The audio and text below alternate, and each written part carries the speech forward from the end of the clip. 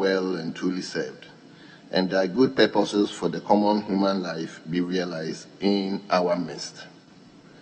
O God, grant us a vision of our country, fair as it might be, a country of righteousness, where none shall wrong his neighbor, a country of plenty, where evil and poverty shall be done away with, a country of brotherhood, where all success shall be founded on service, and honor shall be given to the deserving, a country of peace, where government shall rest on the will of the people and the love for the common good. Bless the effort of those who struggle to make this vision a living reality. Inspire and strengthen our people that they may give time, thought, and sacrifice to speed the day of the coming beauty of Ghana and Africa. Amen.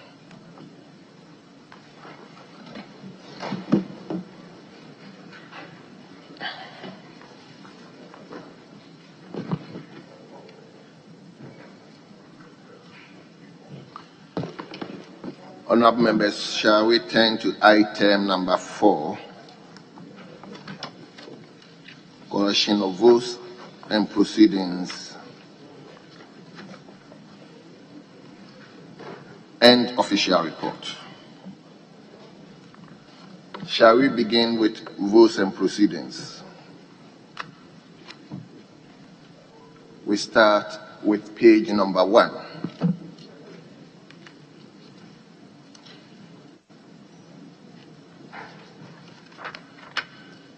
Page 2.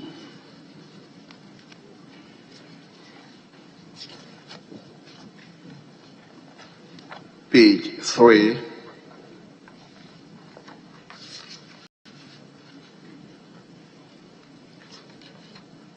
Page number 4.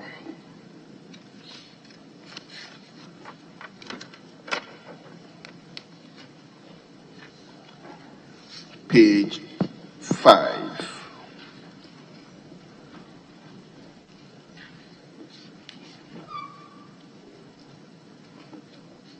Page 6.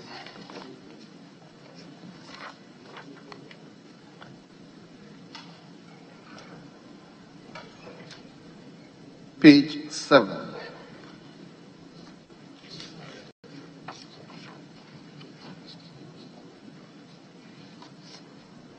Page 8.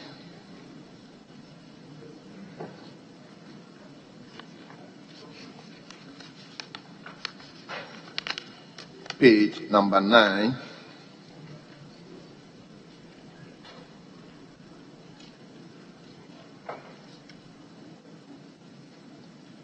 Page 10.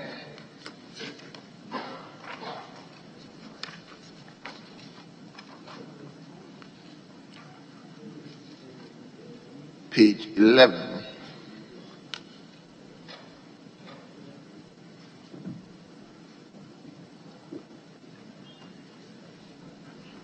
Page 12.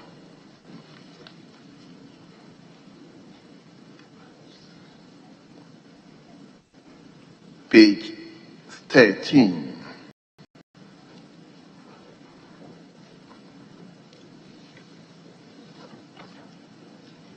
Page number 14.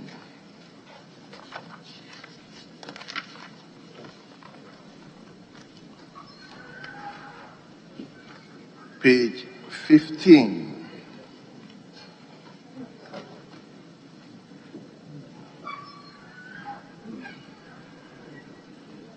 Page 16.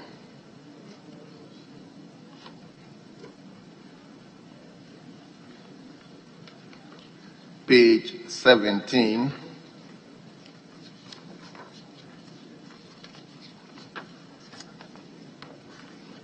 Page 18.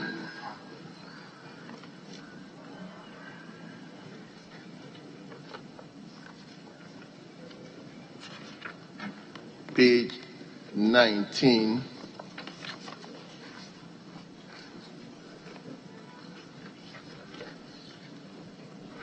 Page 20.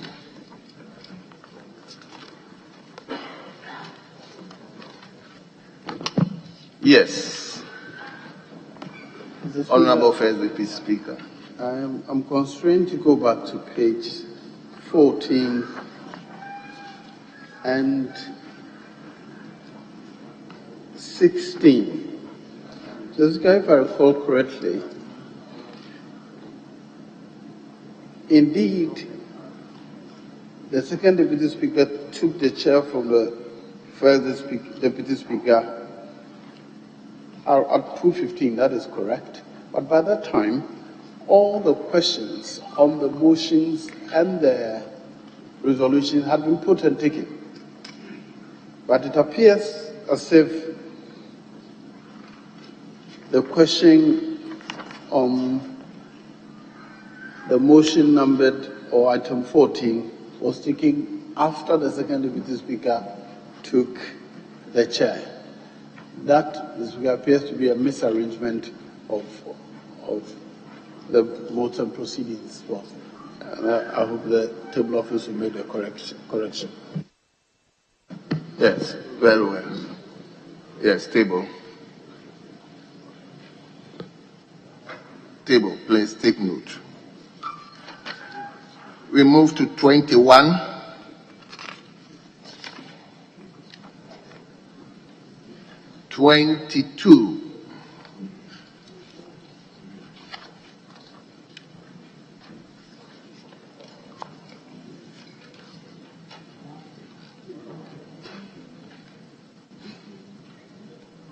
Page number 23.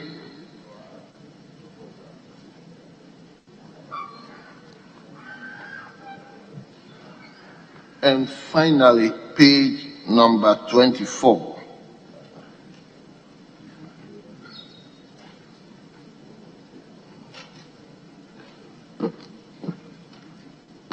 Honourable members, in the absence of any further corrections, the votes and proceedings of the 9 sittings held yesterday, Tuesday, the 8th of February 2022, are adopted as the true records of proceedings.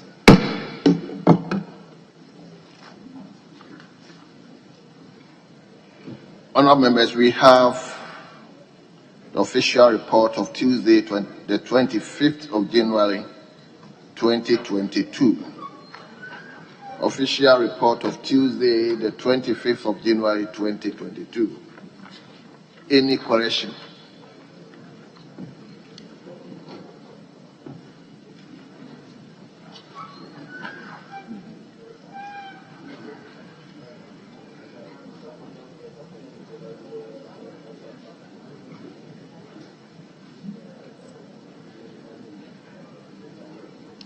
Honourable members, in the absence of any correction, the official report of Tuesday, the 25th of January 2022 is hereby adopted as the true records of proceedings.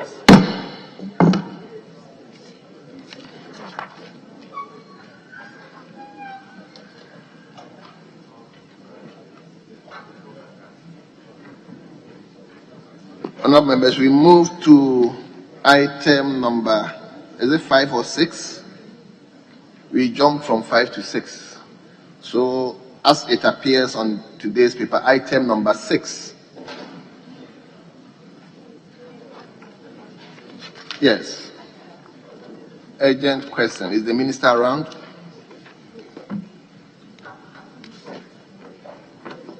The Minister for Education, may you please take your seat.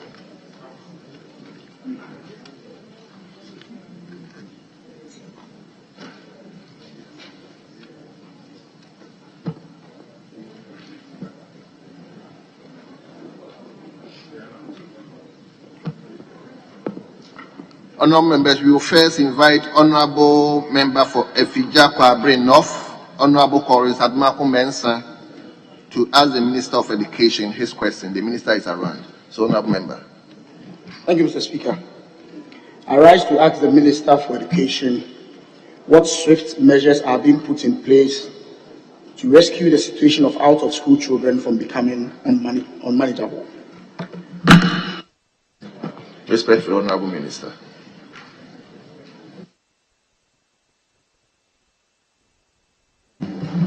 Thank you, Mr. Speaker.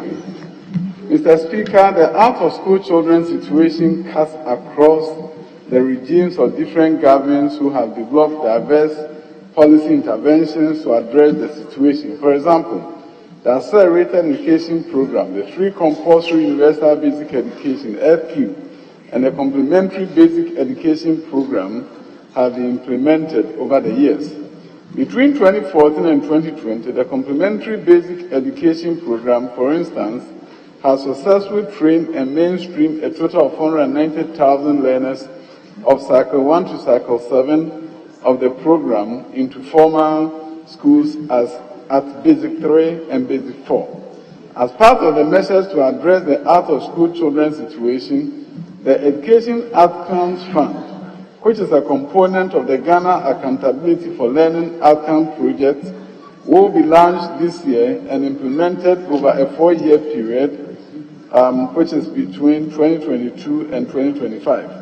The EOF program will recruit and train 70,000 out-of-school children to access complementary education and mainstream them into formal schools.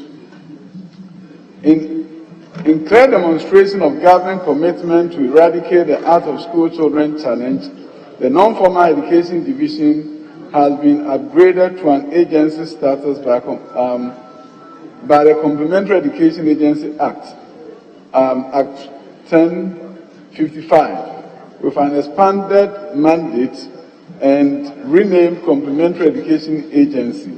The Complementary Education Agency Act 2020 also widens access to education for out-of-school children, youth, and adults across the country.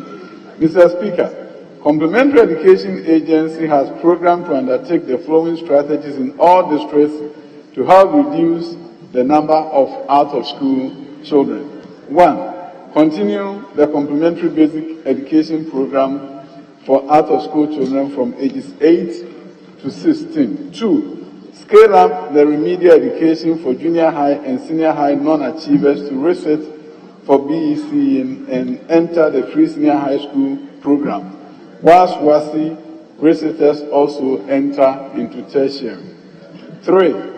Enhance national functional literacy program for youth and adults with livelihood and employable skills and link interested participants into the TVET sector. 4. Pursue a long-term strategy of establishing community learning centers which will serve as permanent and multi-purpose structures for undertaking complementary education activities at the community level. Thank you, Mr. Speaker. Thank you. Yes. Honourable Member, do you have any further question? Very well. So,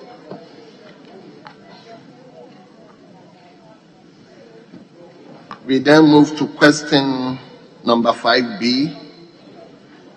That stands in the name of a member for Kwesimintin, Honorable Dr. Prince Ama. Right Honourable Speaker, the Member of Parliament has asked me to ask the question on his behalf. So, with your kind permission, if... Anyway, let's hear you. Thank you very much, Mr. Speaker. I rise to ask the Minister of Education the state of the E-blocks schools initiated by the previous administration, given the urgent infrastructure needs of secondary schools education in the country. Thank you. Yes, Honourable Minister.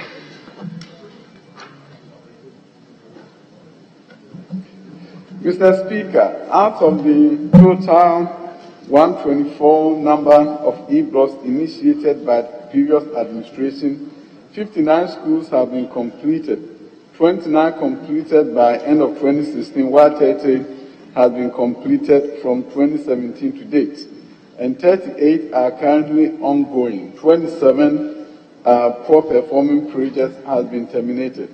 Mr. Speaker, there's a long list of schools in terms of those who have been completed and those that are ongoing together with the ones that have been terminated, which I'll submit for inclusion in the records of this House. Mr. Speaker, the Ministry of Education has plans to complete the E-blocks that are at various stages of completion. Currently, the cost to complete the ongoing 38 E-blocks are under review by GET Fund. Subject to availability of funds, the Ministry of Education through GET Fund will make provision for their completion within this year in the GET Fund formula. Thank you, Mr. Speaker. Yes. Do you have any further question? Yeah, Mr. Speaker, I want to find out from the Minister if the 30 that has been completed from 2017 to dates are being used by the Education Ministry. Thank you. Yes, Minister. Mr. Speaker, when facilities are completed, they are immediately used by the Education Ministry. One exception to this will be the facility that has been completed at Drobonso. The facility is done, the E-block has been completed. The challenge we've had is that the location is such that if we don't add a boarding facility, it will be difficult to operationalize. Mr. Speaker, the boys' dorm that has been constructed is about 95% completion rate together with a girls' dorm, and we are doing everything possible to operationalize that school. Thank you, Mr. Speaker. Thank you very much. Any further question? Yes, honorable member. From which constituency? From Yilo Krobo. Come again? Yilo Krobo. Euro Krobo. Yes. Oh, very well. Good. Okay, thank you, Mr. Speaker. Honorable Minister, the E-block in Atapeswa in Yilo Krobo has been completed since March 2018, and the facility has been under lock and key. Meanwhile, we have two other secondary schools in the constituency which are heavily congested. Can you tell us why this particular school has not been operationalized since March 2018? Thank you. Minister, the block has been completed, but it's been locked. The school in question is earmarked for operationalization this year. Thank you, Mr. Speaker. Very well. Let me give to Wa West. But how can you ask you Come again. earmark for operationalization? Yes, Wa West. Thank you very much, Mr. Speaker, for the opportunity. I want to thank the Minister for Education and the government in particular for continuing with the E-block projects. There is one in Dolmo. The foundation is so solid, and I want the Minister to tell me, because you've outlined either it's completed, ongoing, or the contract has been terminated. This particular one, the contract has not been terminated. It means it's ongoing.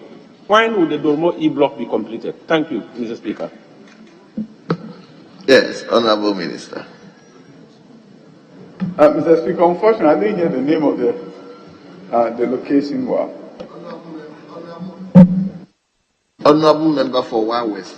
The name of the location, the town. Right, Honorable Speaker, the name is Dolmo in the Wa West District. Dolmo. Minister, have you gotten the name? I've gotten the name, and I'll have to check from our records whether the contract has been terminated or is ongoing, and I'll inform my colleague accordingly. Well. Let me give the ranking member the opportunity. Thank you, Mr. Speaker. Mr. Speaker, the honourable member from Yilo Krobo referred to a school in his constituency. I was there personally, and the building is complete, but not being utilized. So I will urge the minister to check on it, because the only thing left to be done there is the provision of furniture, so that you can operationalize it come this new academic year. But my question has to do with the project, same project at Aflau. That project was almost completed. I want to find out from the minister if that school will be operationalized this year, because if you go to Aflau, there is no senior high school, and it is affecting them. So I want to find out if the ministry has any plan to operationalize Aflao E-Block this academic year. Thank you. Minister, Almighty Afraus SHS.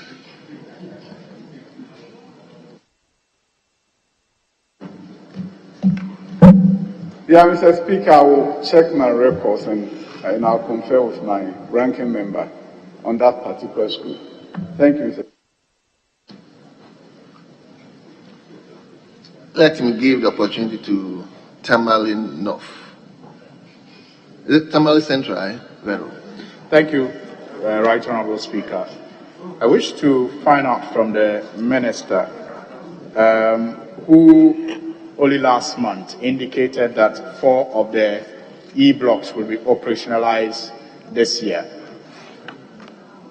When these 4 will be operationalized and which are the 4 that will be operationalized? Thank you.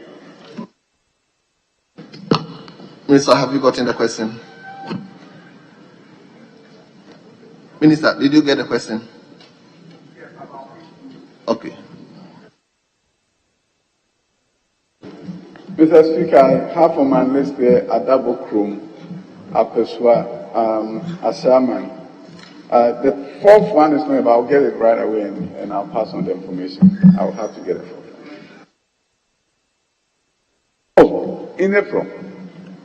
This is the next academic year has begun, but for the first year students, they are going to school in April. So yes, we are making preparation, the furniture and all the other thing that needs to be there. Honorable.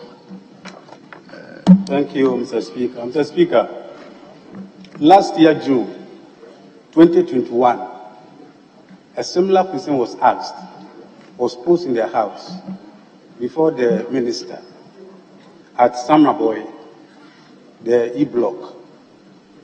The Minister gave a double assurance that by the close of 2021, that project will be completed.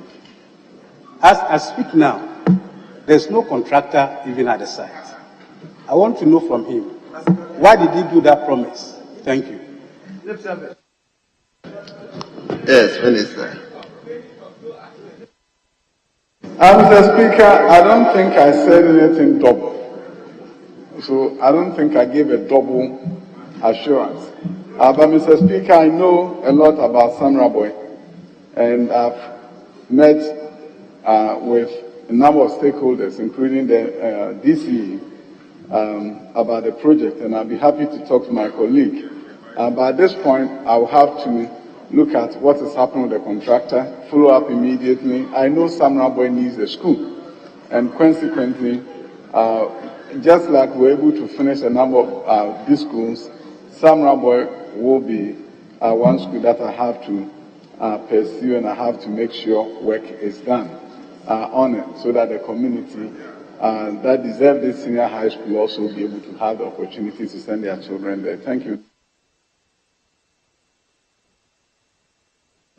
Yeah, let me come to the minority leader.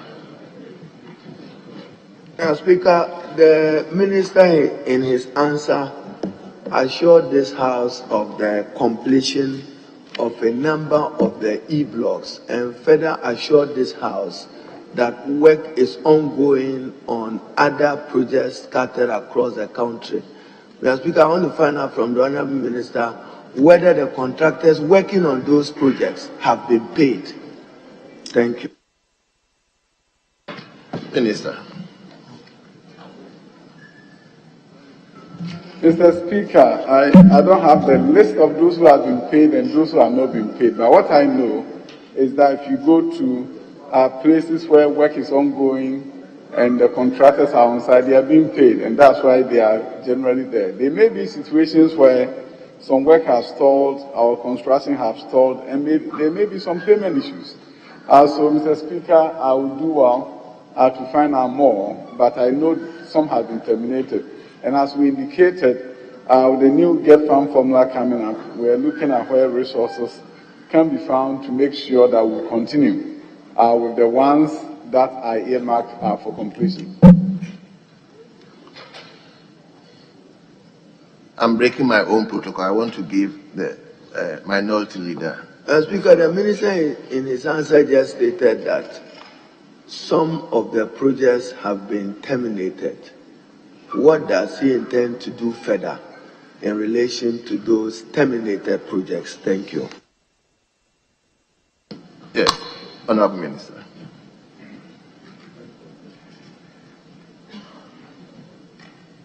Mr. Speaker, as the list showed, all those that have been terminated will have to be re-awarded. So we'll take steps to go through that process of re-awarding the contract. Well. Yes, Honorable Member for Tafo. Thank you, Mr. Speaker. I would want to ask the Minister of Education that there are some schools which I'm very much aware are under-subscribed. There are also other schools that are also oversubscribed. If you take schools in Kaswa, that is the E block in Kaswa, you also take the E block in Fafraha and the others. These schools are oversubscribed because of its excellent proximity. I want to ask what happens to schools like the E block in Drobonso and the E block in Banka, because from 2017, I am very much aware that it has been included into the choice files of the computerized placement system. Unfortunately, students have not been choosing those schools because of proximity. Some of them are about 10 kilometers distant from where the schools have been situated. So what is the Minister of Education doing so that these schools will be subscribed in the next academic year? Honorable Member, I think the Drobonso one, he has already talked about it. Drobonso and Banka and the others. I was not here, maybe, but Banka in particular, if you can also answer that one. Very well. Honorable Minister.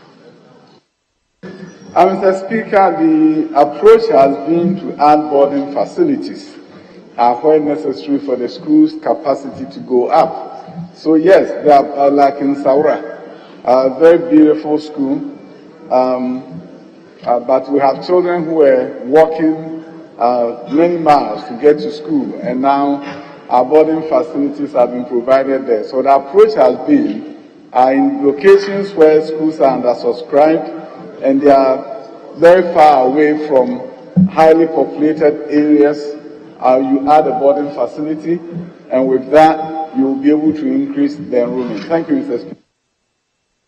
Then finally, let me come to Majority Chief Whip. Speaker, I asked this question taking cognizance of the Minister's answer. We have read and heard a lot to the effect that this government has, for want of a better expression, consciously abandoned the E-block project started by the previous administration. So it's generated a lot of controversy and interest. Can the minister put on record what the case says? Is it the case that has been said, this administration has abandoned E-block projects started by the previous administration, or what is the case, so that we settle this so-called rumor and allegations once and for all? Speaker, I'm grateful. Yes, Honorable Minister. Mr. Speaker, this government has not abandoned E-blocks. What we have said and continue to say is that E-blocks were of two categories. There were one category that was funded through the Secondary Education Improvement Project, SIP, 23 of them. Monies were set aside for the 23, and all those 23 have been completed. But you have another set of E-blocks that dependent on funding availability from GET fund allocation. So if money is there, you work on it and you work on it, and then if you are able to get the funding that is needed, then you complete. So the approach that was adopted in the E-block construction is what has led to the situation where some of them are not completed. So there is no, to quote the words of my colleague leader, no conscious attempt to abandon any E-block in this country. The government position has been very clear. Funds become available, completed, operationalize it, and where operationalization is difficult to the extent that the day school environment is not conducive to the community and you not get the numbers, add a boarding facility to it, it changes from a community day school to a boarding school. And that has been the approach of the government. No attempt whatsoever has been made to abandon A blocks. Thank you, Mr. Speaker. My brother, you've had enough on this particular question. Let's move to question number C, which stands in the name of a member for a catching off. Honorable Peter, you may ask your question. Thank you, Mr. Speaker. Mr. Speaker, I rise to ask the Minister for Education what steps the ministry is taking to make metropolitan, municipal, and district directors of education beneficiaries of Category 4 allowances as part of their conditions of service. Thank you, Mr. Speaker. Yes. Mr. Speaker, under the single span salary structure, all metropolitan municipal district directors of education are placed on level 22 and are therefore senior staff of the Ghana Education Service. Incidentally, level 22 beneficiaries on the single span salary structure do not enjoy the Category 4 allowances. This was a matter of concern to the directors who made representations to management of Ghana Education Service. Management of Ghana Education Service took up the matter with endorsement from GS Council, engaged the Fair Wages and Salaries Commission, and for that matter, the Minister of Finance on the subject. I'm pleased to indicate that approval has been given for the directors to be placed on level 23 of the single spine structure, which therefore qualifies them to enjoy the Category 4 allowance. Mr. Speaker, indeed, I'm pleased to say that all Metropolitan Municipal District Directors of Education have benefited from the Category 4 allowances this January 2022. Thank you, Mr. Speaker. Honorable Ranking, any further question? Thank you, Mr. Speaker. Mr. Speaker, it has been a long battle, and I'm happy that he has announced that from January 2022, these categories of directors are going to be beneficiaries of the Category 4 allowances.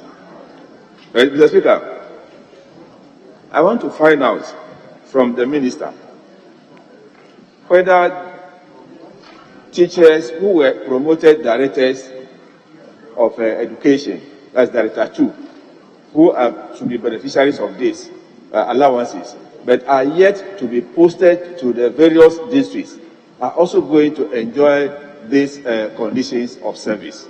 Thank you, Mr. Speaker. Minister, are you okay with the question? Mr. Speaker, I think it goes without saying that if they are within the same category, they can't be discriminated against. So far as they are the same category and they are assuming same responsibilities, I don't see how the Ghana Education Service can exclude them from this benefiting from the Category 4 allowances as previously alluded to. Thank you. But Minister, can you also explain when you say Category 4 allowance, what is it? I don't understand. Mr. Speaker, there are Category 4 allowances. I don't have the details here, but there are specific allowances available to senior members of GES. Teachers will not be under that allowance bracket. Thank you. Well. I hope you're okay. So we move to the normal questions. Question number 126, which stands the name of a member for Sisala West, Honorable Adam Mohammed. Mr. Speaker, with your leave, I ask the question on behalf of the Honorable Sisala West MP, who has traveled to his constituency. He's on his way coming. Very well. Mr. Speaker, I would like to ask the Minister for Education when the construction of the community-based school in Zini will be completed. Yes, Honorable Minister. Mr. Speaker, the community-based senior high school at Zini is part of phase 1 of the E-Block project and awarded to Mrs. Maxans Limited. The project is currently at 60% completion. The Ministry of Education has planned to complete the E-Blocks that are advanced stages of completion, including the E-Block at Zini. When funds are made available, the project will proceed as has already been described. Very well. Honorable Member, did he ask you to ask supplementary question? Yes, sir. Yes, Mr. Speaker. Okay. Mr. Speaker, in the Minister's answer on page 20 of the other paper, the Minister is saying that the project is 60% completed. But I would like to ask the Minister how much the cost of the project and how much have been paid the contractor for this 60% work done. Yes, Minister. Mr. Speaker, obviously I don't have that with me, and I'll be happy to provide that. Very well. Yes. Any further question? Yes, sir. Honorable Mr. Speaker, I would like the Minister to assure the House, because this is government money that has been used to construct a whole school for Ghanaians, and the project is in the bush for just 60% work being done. I would like to ask the Minister, from 2017 till date, what work or what percentage of work have been added to this 60%? Anyway, Minister. Mr. Speaker, my understanding is that 60% is as of now and not as of 2017. So, Mr. Speaker, that is the information I have, is the current state of completion that I have explained. Very well.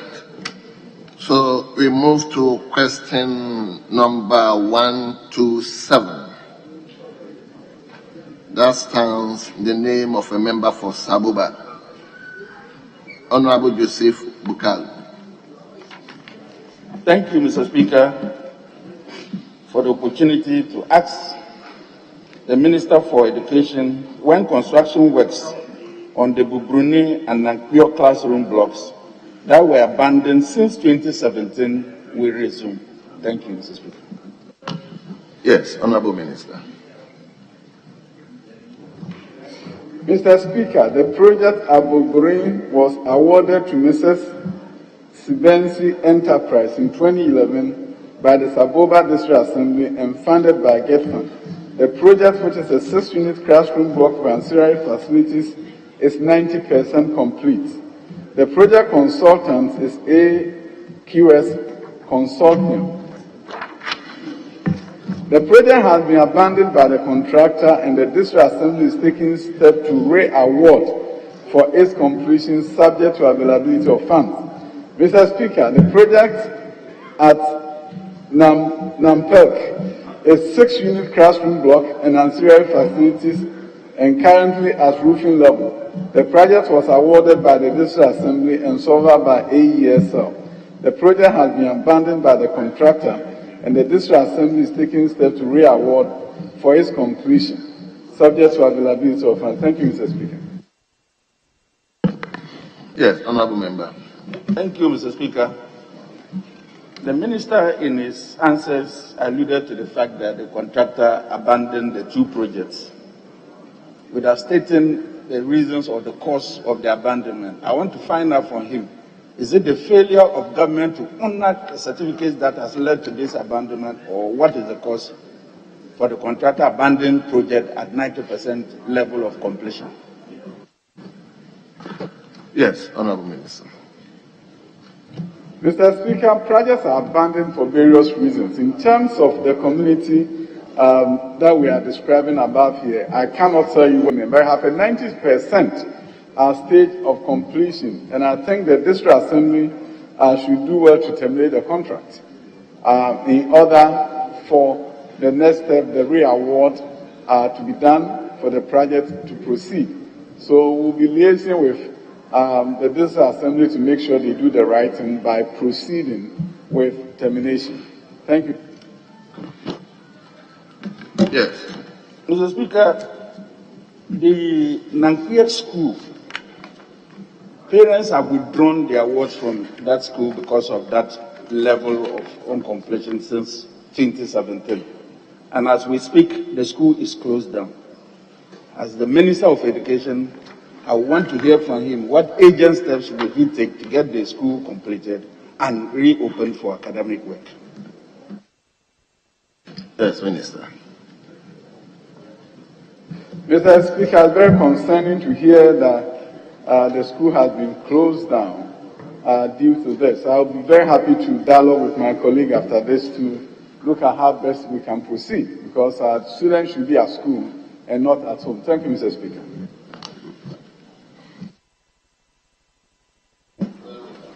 Yeah, Mr. Speaker, I also want the Minister to tell me, if you look at the answer, he's saying that subject to availability of funds, the District Assembly will re-award the projects.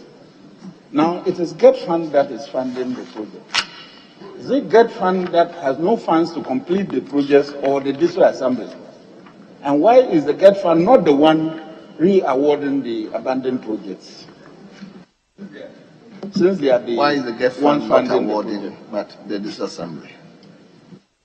Mr. Speaker, the District Assembly obtains this funding from GET Fund, and what is done is that when you are terminating and re-awarding, you inform GET Fund for approval, and then evaluation is done to find out the cost of completion. And the reason why we say subject to availability of funds, there are so many projects, and at the District Assembly, invariably the MC, sometimes the MP, follow through, follow up, re-awarding is done, and then GET Fund is able to provide funding for the completion.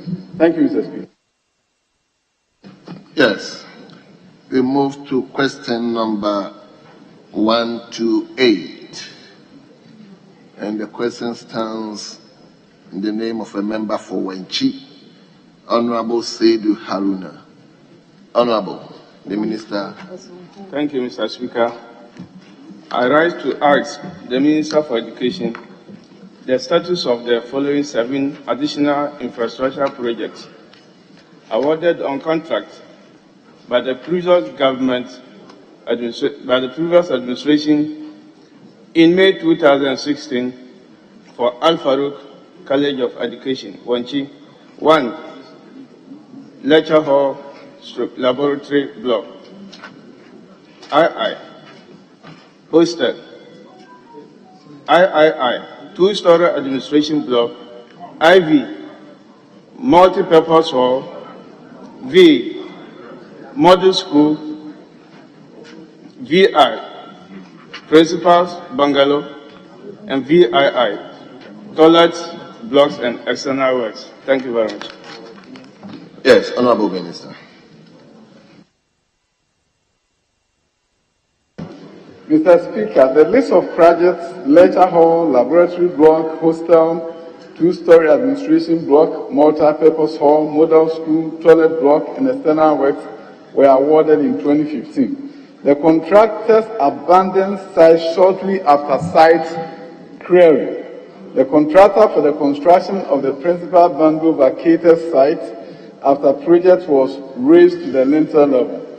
The Ghana Tertiary Education Commission and Al Farouk College of Education are taking steps to re-award projects subject to availability of funds. Thank you, Mr. Speaker.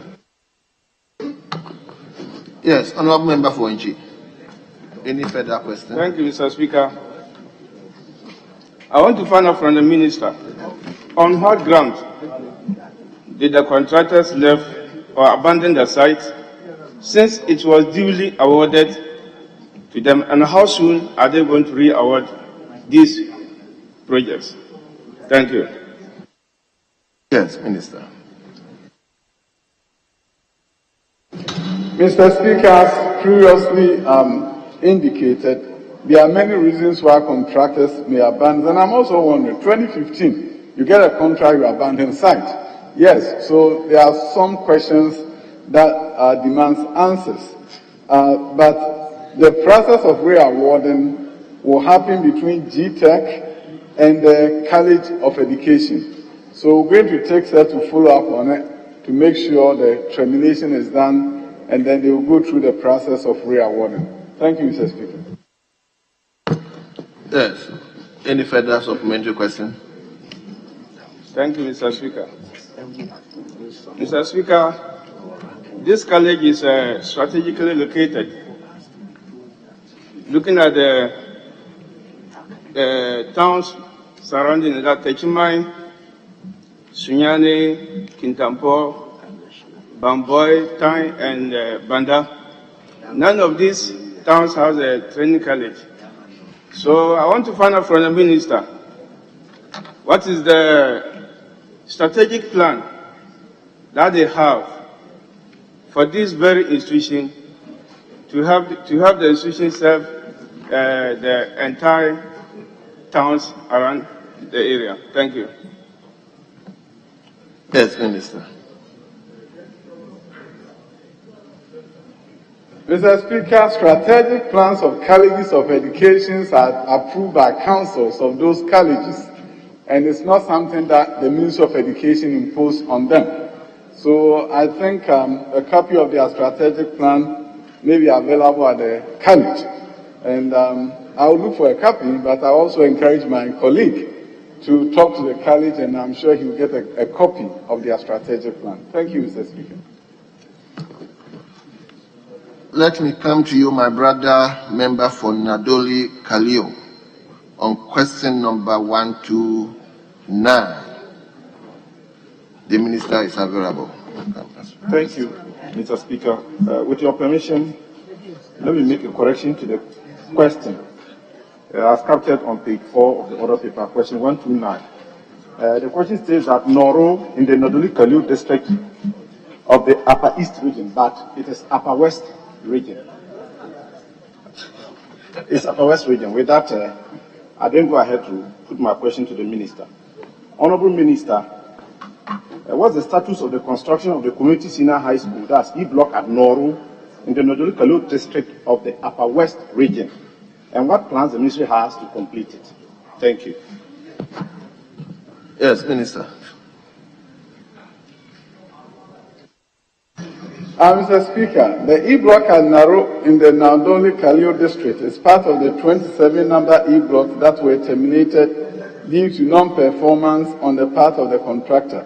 The project completion status was only 8% at the time of termination. Mr. Speaker, as has been indicated regarding projects that have been terminated, steps will be taken to ensure that re-awarding is done for the project to continue. Thank you, Mr. Speaker. Yes, Honorable, any supplementary question? Yes, thank you, Mr. Speaker, and thank you, Honorable Minister, for the response. As indicated in your response to the Honorable Minority Leader, you said there were 27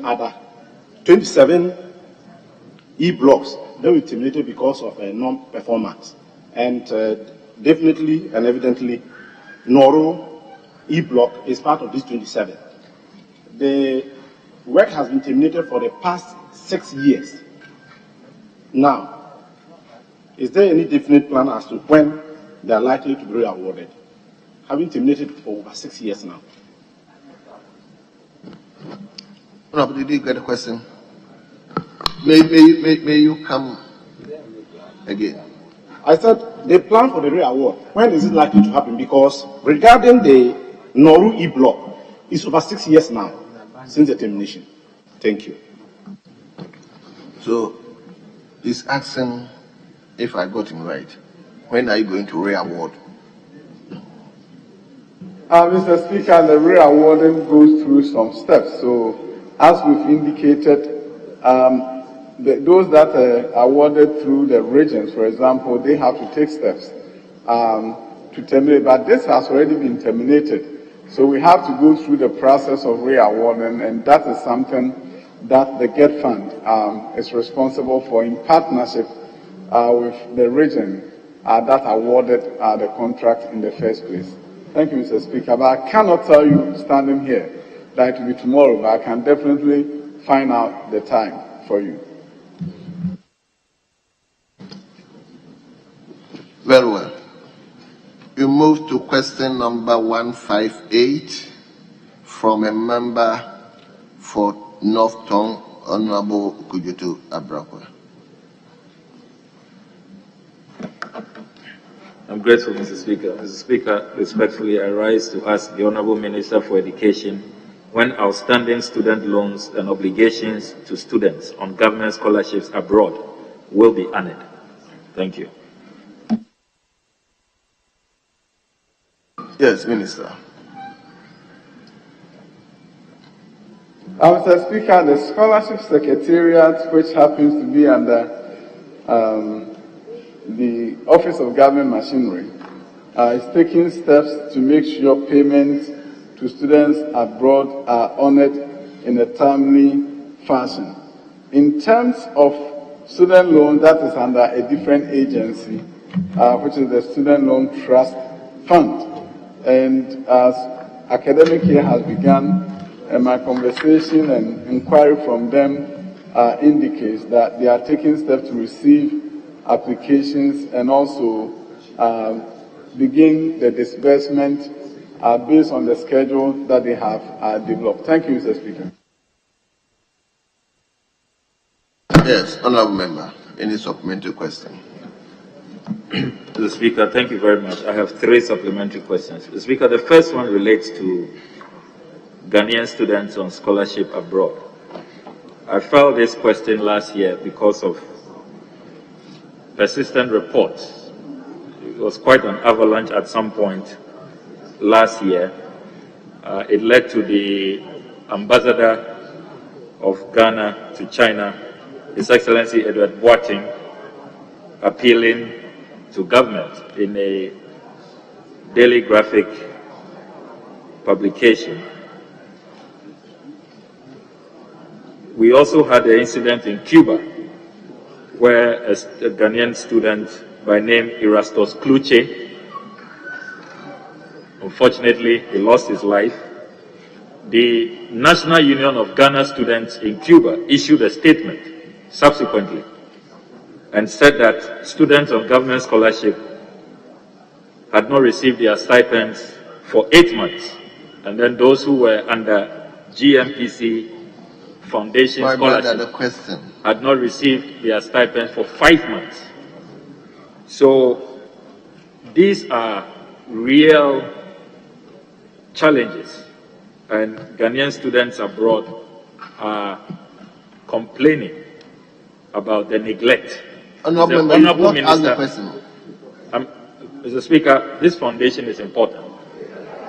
Is the Honorable Minister aware of all of these instances, the complaints, the appeals from Ghanaian students abroad, and what are you doing about it practically? Honorable, are you minded to answer the question? Well. That I just want to state again that the Scholarship Secretariat is not under the Ministry of Education. So there are facts that can come to my attention, not in my official capacity, and therefore I will not be able to stand here and say this is true, that is not true, but I will work closely with them and some information come to our notice, but it is not under the Ministry of Education. Thank you.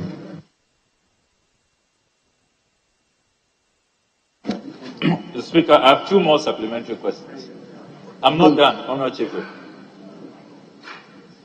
Yes, Honorable. I'm further corroborating what the Minister says. I share in the worry of the Honourable Member. Honourable, you'll be given the opportunity to ask. Speaker, my point is, the Minister has answered that the Scholarship Secretary, indeed that is a fact. So maybe we need guidance from you. Should he be answering questions to agencies that are not under him. I mean, it's a concern that, Speaker, we will need your direction in this matter. Well, we'll come to that point, but let allow the honourable member to finish his questions.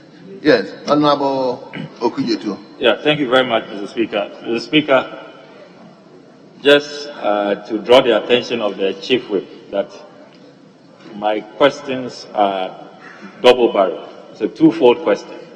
One on the Student Loan Trust, which is an agency under the ministry, and this one on the Scholarship Secretariat, which I believe the Minister for Education must be concerned about the plight of Ghanaian students abroad. But, Mr. Speaker, my second supplementary question relates to the Student Loan Trust. Is the Honourable Minister aware that for the whole of 2021, government arrears to the Student Loan Trust stands at 4.6 million Ghana cedis, which has led to the situation where many tertiary students in our country for over a year, some of them more than 2 years, have not received their student loans. Is the Minister aware about this precarious situation of the Student Loan Trust, and what is he doing about it? Minister, are you aware? Mr. Speaker, I'm not aware of a 4.6 billion arrears. Thank you. Well. Yes, your final supplementary question. Mr. Speaker, my final supplementary question. As we speak,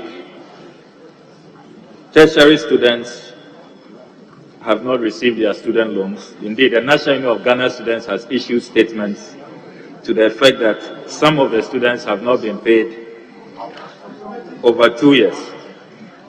People should read my question and stop harassing me. You should allow me to ask my questions. Read my question. My question is very clear, and I should be allowed to ask my question, please. Mr. Speaker, is the Honourable Minister going to take steps to address the situation where many students are complaining that they are not receiving their student loans? Thank you, Mr. Speaker.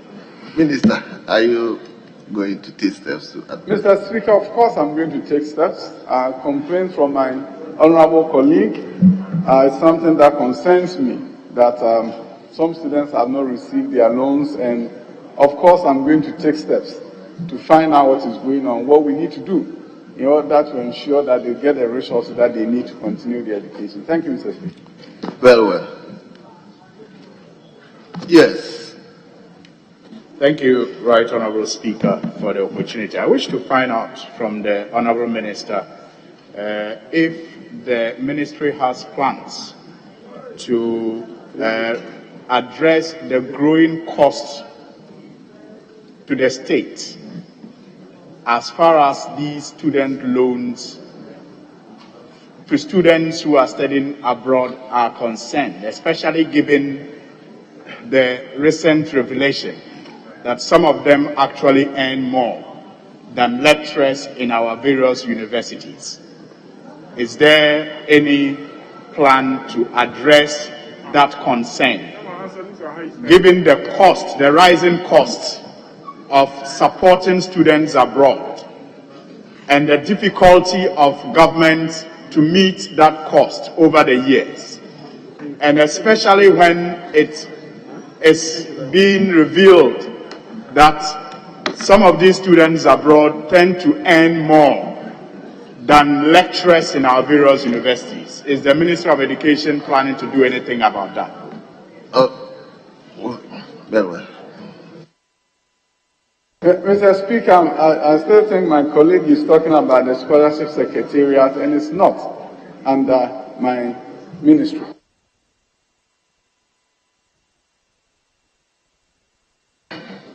So we move to question number 655. That stands the name of a member for the cement team. Yeah, Mr. Speaker, with your permission, I want to ask the question on behalf of the member. Did he ask you to ask this question yes, as well? The first one. Very well. Let's hear you. Thank you very much, Mr. Speaker, for the opportunity. Mr. Speaker, I rise to ask the Minister for Education the steps the Ministry is taking to improve learning outcomes in private and public pre-tertiary institutions in Ghana, especially given the learning losses due to school closure resulting from the COVID-19 pandemic. Thank you. Yes, Honorable Minister.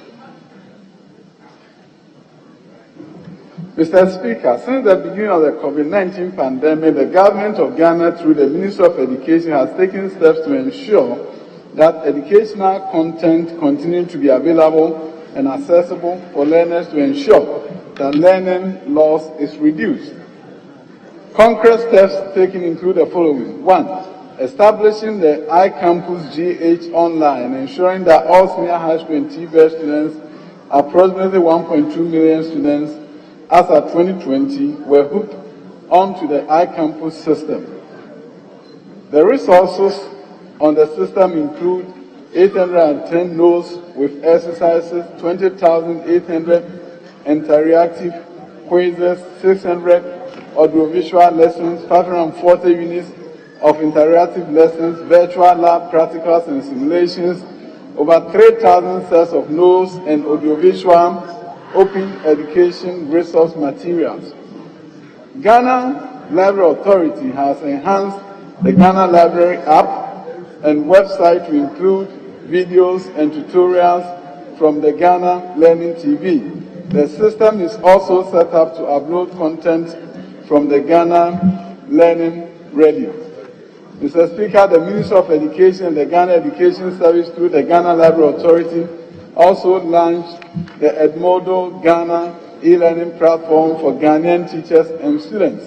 Edmodo is an all-in-one solution for distance learning and hybrid learning that helps connect all learners with their teachers and resources needed to enhance learning experience. Teachers, students, school administrators, and parents are able to set up accounts and take full advantage of the benefits of the learning management system. This platform is also available to all private schools that are registered with the National Schools Inspectorate Authority. Mr. Speaker, the Ministry through Ghana Education Service launched the Ghana Learning TV on April 3, 2020. The TV program was established in collaboration with Plan International and GBC. GBC has dedicated a free-to-air channel and a recording studio, while Plan International provided 5 recording studios and technical assistance to develop and produce over 500 video lessons for KG through junior high school. 600 core subject lessons from SEMLOS also is provided for senior high schools.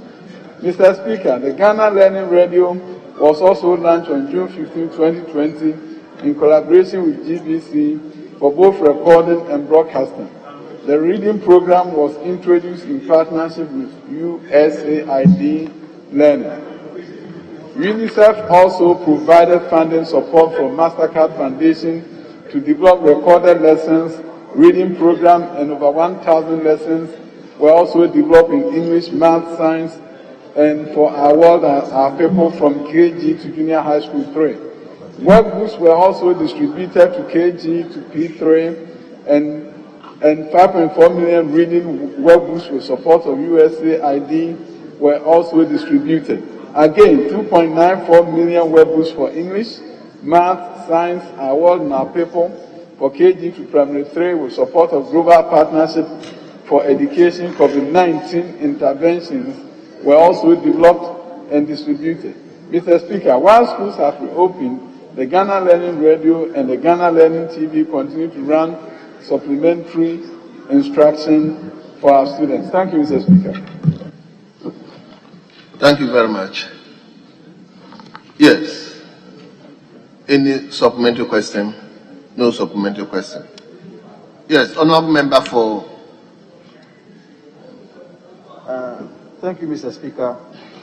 I would want to ask the Minister what specific interventions is he taking, or his ministry is taking, to ensure that there will be an increment in contact hours to deal with the loss of time.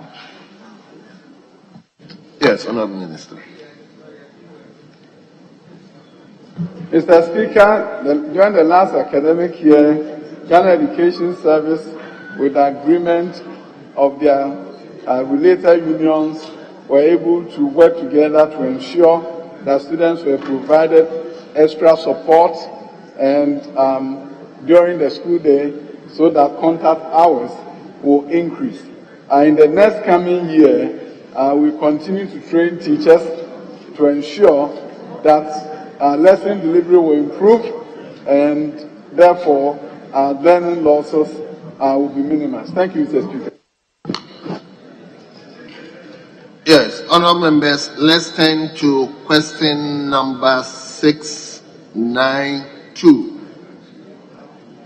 And that question stands the name of a member for Suhum, Honourable Kojo Asante. Honourable, may I ask your question? Thank you, Mr. Speaker.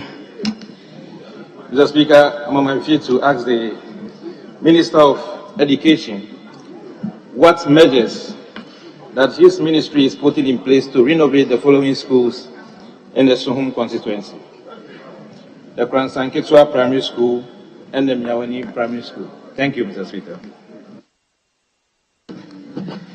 Yes, Honourable Minister.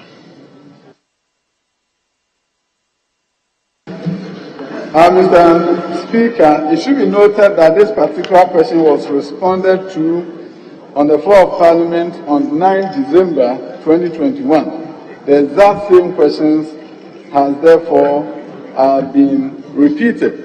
In that response, we said that the Ministry is poised to make the conditions of our schools conducive for effective teaching and learning. The Ministry has undertaken an assessment of buildings in these schools and noticed classes are held in makeshift structures.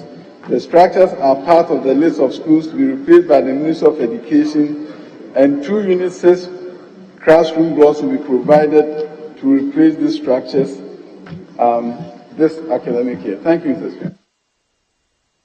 Yeah, honourable member for Suhum. Any further question? I'm grateful, thank you. Anyway, said the question was answered in December, and you've repeated it again. Yes, I do record that. Very well. It means you are very particular about the school. So return to question number 693. 693. It stands the name of a member for Okaikwe South, Honorable Dapo Newman. Honorable, you may ask your question. Thank you, Mr. Speaker.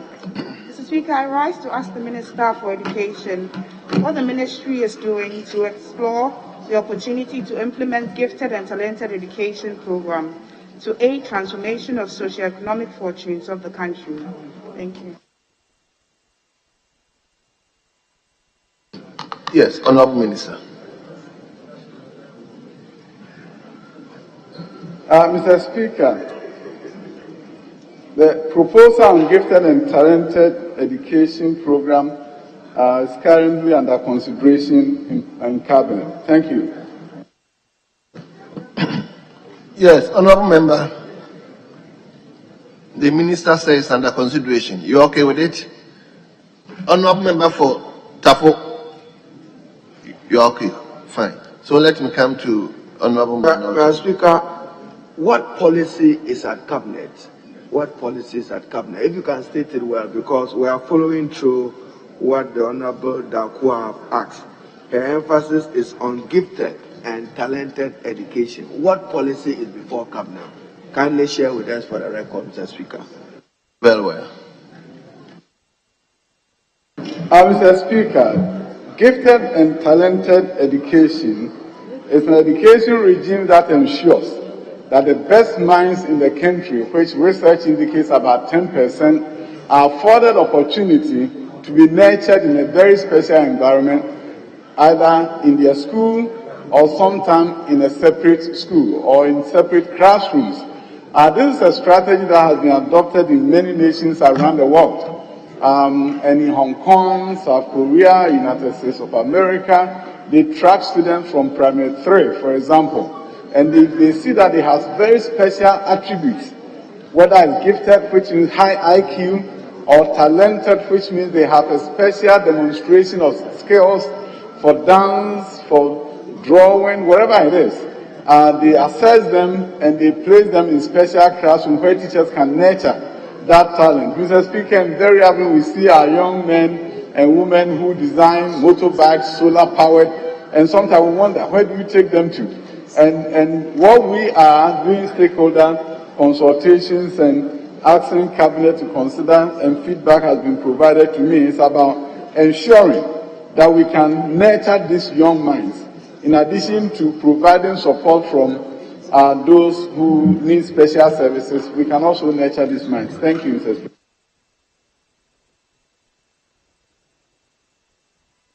Yes, Honorable Deputy Majority Leader. Mr. Speaker, I couldn't catch your attention earlier, but since the minister is here, if you grant me leave, I wanted a clarification on an answer given by the minister in respect of the E-blocks. But I would only proceed with your leave.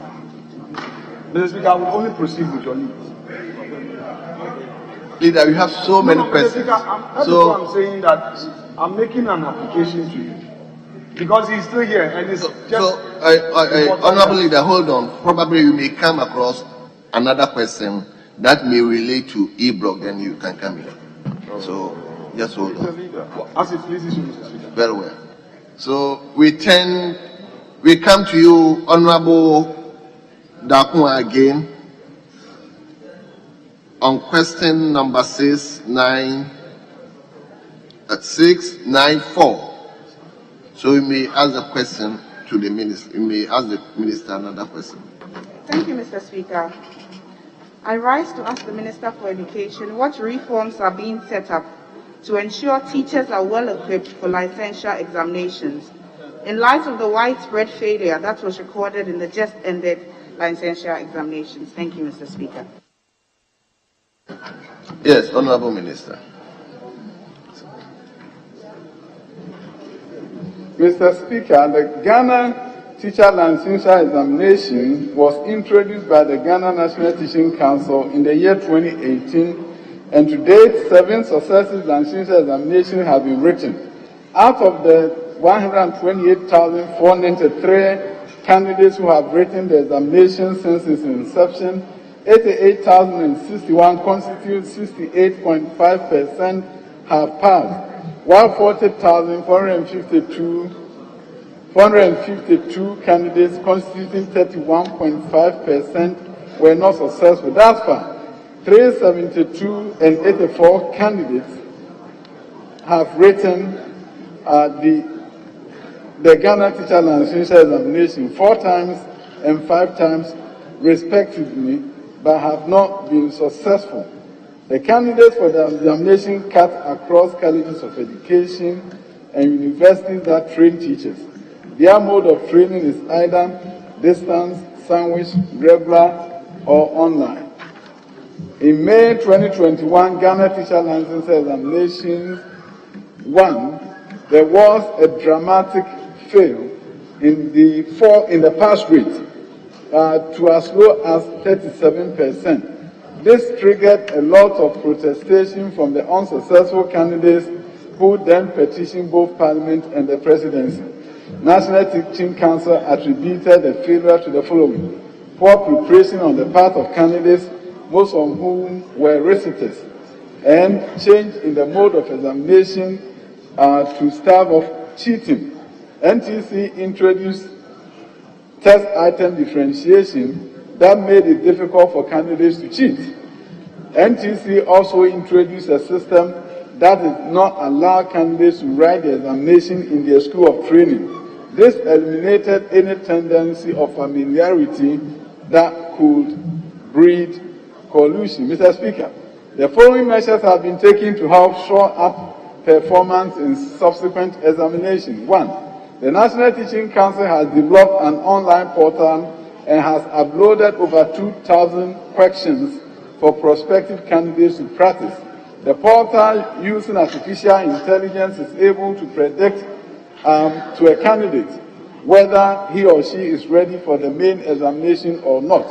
The portal was also deployed before October 2021 examination, and interestingly, the results improved from 37% pass rate to 54.5% pass. Chief Examiner's report on the Ghana Teacher Licensure Examination from 2018 to date have been prepared and disseminated to all teacher education institutions in Ghana. This report highlights the strengths and weaknesses of students and profess suggestions for improvement in the examination. NTC has organized training workshops for tutors and lecturers on the content of the Ghana Teacher Licensure Examination, as well as skills in test item development. Mr. Speaker, NTC has been sensitizing students on the domains or contents that they are supposed to study for the examination. Thank you, Mr. Speaker. Yes, Honorable Dakwa. So, Honorable Member for Tafo. Thank you, Mr. Speaker. I want to ask the Minister for Education, what has the ministry been able to do with respect to the continuous professional development? What has the ministry been able to do with respect to the continuous professional development that is already in existence? How effective has it been? And how can this House be convinced that teachers who are already engaging themselves in the CPD are not worse off as compared to the newly trained teachers who have their licensure examination? Yes, Honorable Minister. Did you get a question? Honorable, may you come clearer? I am asking that how effective has the continuous professional development been? Very well. Yes, Honorable Minister. Mr. Speaker, what I'm inferring is that after the teachers pass the exams and we hire them and go to classroom, how do we ensure they continue to acquire the necessary skills for them to deliver quality education in the classroom? Mr. Speaker, for the first time last year, Ghana Education Service started what we call people free days. Once every quarter, students don't go to school, but the teachers do, so that they can receive training. In addition to that, schools have formed professional learning communities, and there are shortened days during the week where teachers are able to dismiss students early, and they need to look at... Honorable members, there's too many meetings. I mean, please, let's listen to the Minister. So professional learning communities have been formed in schools which enable teachers to meet and look at how best they can improve themselves while supporting their students. Thank you, Mr. Speaker. Very well. So we come to the last question for the Minister, which stands the name for member for Inshiayeso, Honorable Dr. Severa Moa. Yes, Honorable, you may ask your question now. Thank you, Mr. Speaker. I would like to ask our hard-working Education Minister for Education, and my question is to ask the Minister for Education what working plan the ministry has formulated to increase the tertiary enrollment rate, which stands at about 18.8%, in order to meet the workforce development needs of the country. Thank you, Mr. Speaker. Yes, Honorable Minister.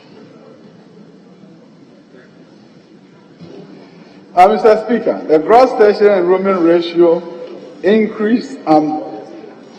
has increased from 18.8% in 2021 to 20% in 2022.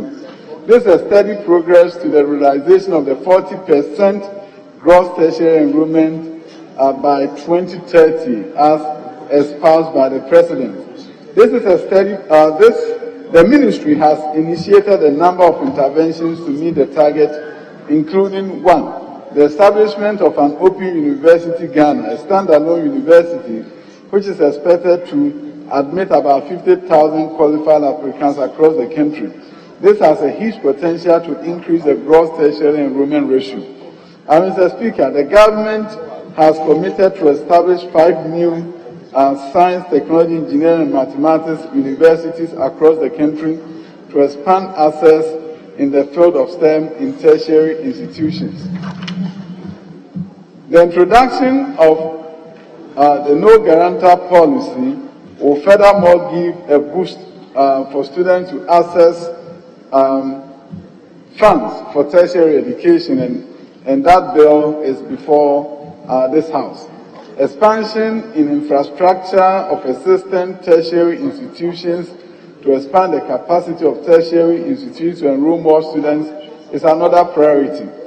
Mr. Speaker, financial clearance has been granted to some tertiary institutions to recruit additional academic and non-academic staff. This will obviously lead to increased enrollment across these tertiary institutions.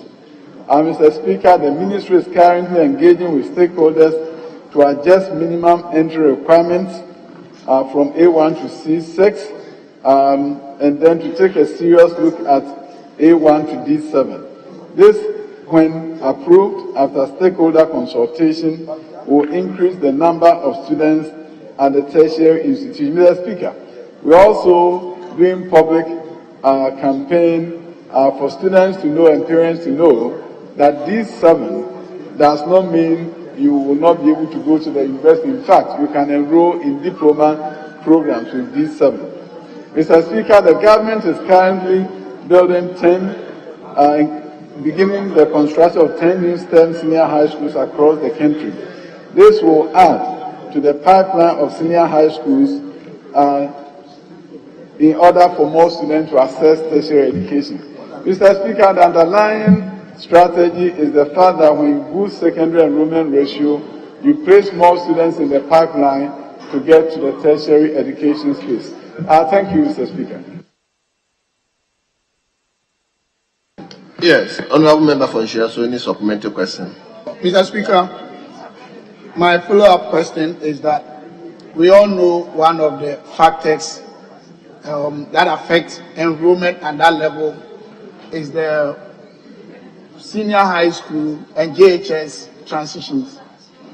And I would like to also use this opportunity to thank the Minister that they've done new secondary school in my constituency in Shiaso, brand new from the scratch. However, is that question? No, I'm building a preamble, sir. However, I would like to ask the Minister that the structures of some of the existing primary and secondary schools in Shiaso, in fact, #1 constituency in Ghana, I think the deplorable state needs to be reviewed. I'm asking the Minister, with all this fantastic framework and strategic plan, how is he going to handle my constituency school structures which need renovations? And if it's possible to give me time for it, because I need to go and tell my constituents. But I still add that the newly built constituency under his regime, I thank him so much, Mr. Speaker. Yes, Honourable Minister, I hope you got all the questions. Mr. Speaker, I got the questions very well. Mr. Speaker, I'm glad the honourable member said he's happy with the school that he's getting there. But he's also asking me if I could create a pipeline from KG through primary to junior high school to secondary to university. Because his question was about the gross tertiary enrollment ratio. So, honourable colleague, I'll be working with you to create that pipeline so that we will be able to push the Nshiaso pipeline from KG, junior high, secondary, and then we boost the gross tertiary enrollment ratio. Thank you, Mr. Speaker. Yes, Honourable Member for North Tongue. Thank you very much, Mr. Speaker. Mr. Speaker, from the Honourable Minister's response at page 25, the first bullet,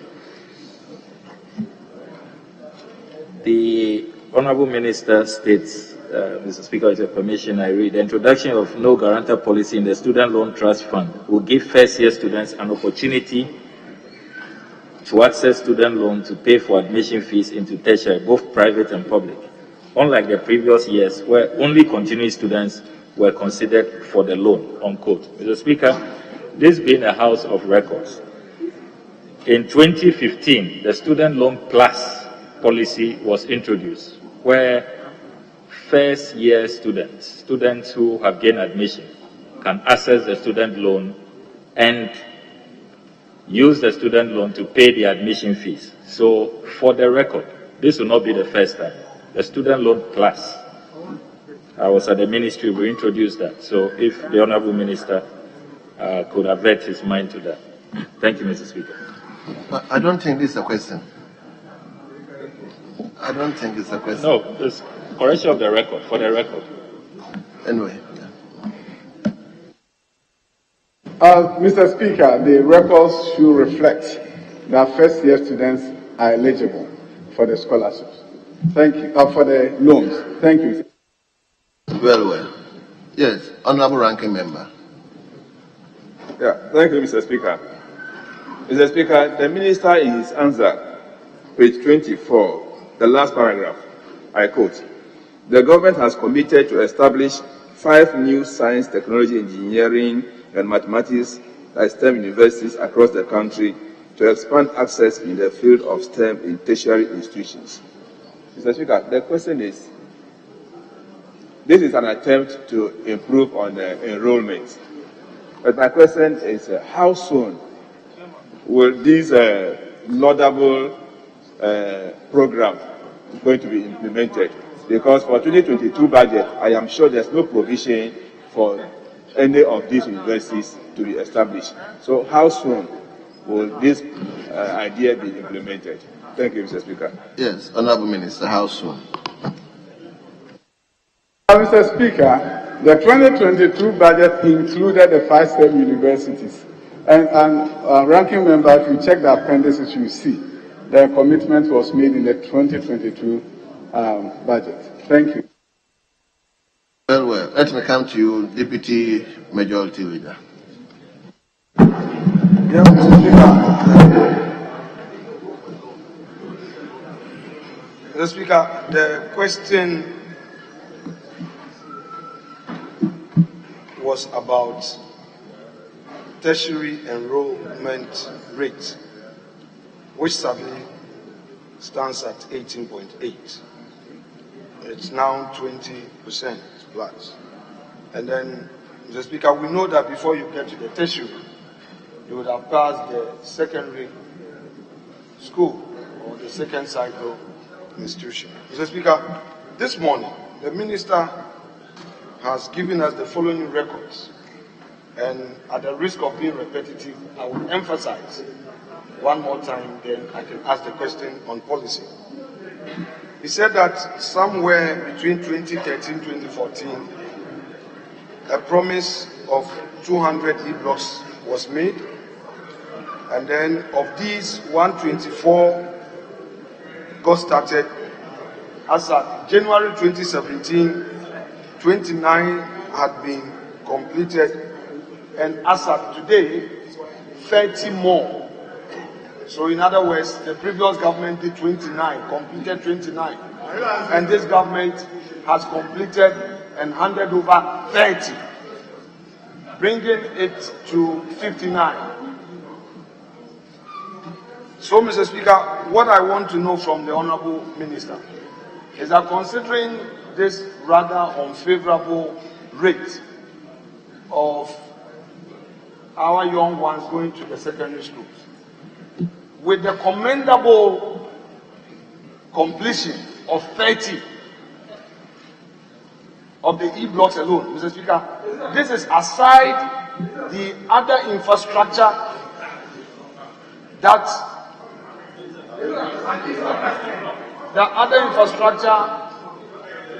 facilities completed by this government This is also aside the covert interventions made. We are not interested in only that. We want to know. Honorable Leader, so just frame the question. Let the Minister answer. Mr. Speaker, I want to ensure clarity, and I will be guided by you. I will rephrase the question and lay a proper foundation. Mr. Speaker, for the avoidance of doubt, I'm saying that, yes, it also means asking. Mr. Speaker, the contention is born out of the question being asked. And this is supplementary, and I'm acting in accordance with Order 69. Yes, let's proceed on that. If we want to talk about the rules, we'll talk about the rules. Mr. Speaker. Honorable, please just ignore them, address me, and ask the question. And I say just address the question to me, and the Minister will answer. The Minister says that of the 124 e-blocks that the NDC government started, at the time the government of Nana Akufo-Addo took office, only 29 had been completed. This government, Mr. Speaker, has now completed 30 more, making it 59. Mr. Speaker, the question is about what policy is being formulated to ensure. Mr. Speaker, I am happy for us to go into a debate on the rules. I will be happy for that. And Honorable Muntaka Mubarak knows that when it comes to the rules, I won't run away. Let's deal with the rules. When you are being confronted with your records, then you want to, Mr. Speaker, you want to run away. Leader, please. Mr. Speaker, we'll discuss this matter. We'll let Ghanaians know what the ministry is doing to ensure a higher enrollment rate. That is where we are getting to. Leader. We want to know what government is doing to Leader. ensure higher enrollment rate Leader. in our tertiary institutions. Leader. Yes, Mr. Speaker. Please file a separate question Yes, if Mr. you Speaker, want. I will limit myself to the supplementary. Mr. No. Speaker, I will limit myself to No. supplementary. Leader. Yes, Mr. Speaker. Leader. Mr. Speaker, I'll take a cue. I'll take a cue. Leader, I'm saying file a separate question if you want the Minister to come and give elaborate response to e-blocks and whatever it is. I want to file talk about a his separate conduct. question, please. So, Mr. Speaker, then let me limit myself to this. No.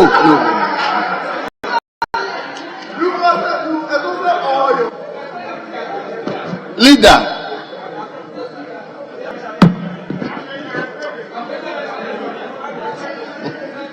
Leader, please.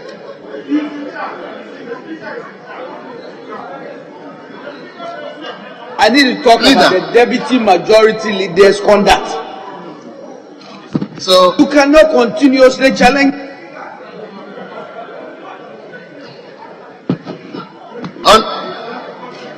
Sammy, it's okay. Samuel, it's okay. So, Honorable Minister, on behalf of the House, I would like to thank you for attending upon the House to answer 13 separate questions. We are grateful to you. You are hereby discharged.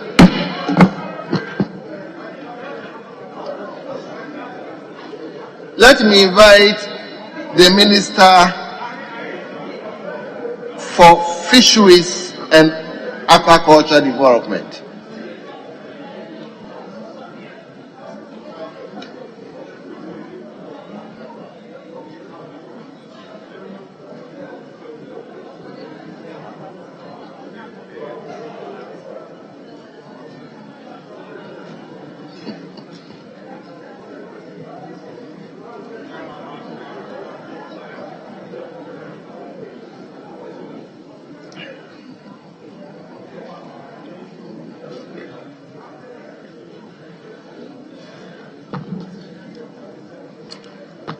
Well. The Minister has sat down. let me invite Honorable Kofi Akon. Your name is Nokwe. Noku, right? Noku. Honorable Speaker. A member for Evalu Ajomoro Jura, to ask the first question to the Minister for Fisheries, Agriculture and Development. Honorable Member, Honorable Kofi Ama Boa, the Minister. No.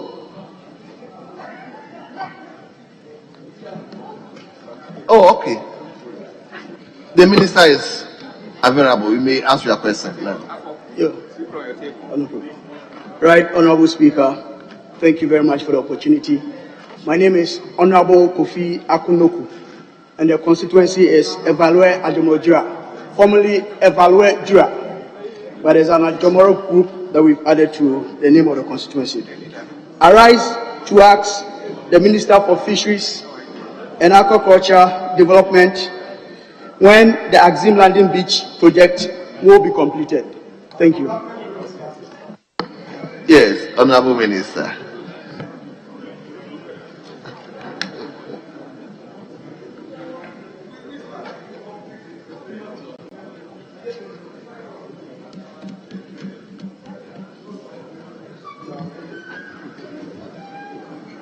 Thank you, Mr. Speaker. Mr. Speaker, the Ministry of Transport is implementing the construction of the landing site and will be able to indicate the completion date of the project. Thank you. Yes, Honorable Member, any follow-up question?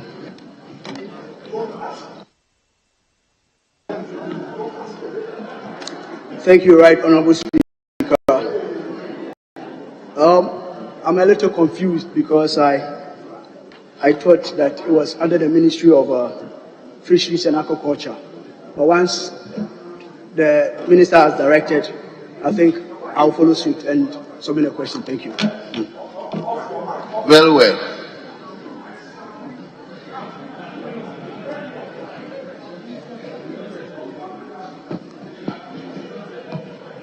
So we move to question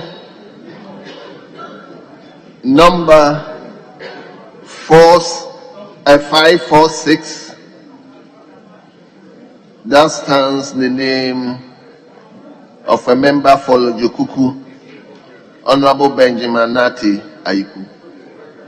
Honorable Member, the Minister is listening to your question. Thank you, Mr. Speaker. My name is Nate, not Nati, Nate. Thank you. I rise to ask the Minister for Fisheries and Agricultural Development the steps employed to stop the diversion of premixed fuel provided for fisher folk, particularly those along the coast. Thank you. Yes, Honorable Minister.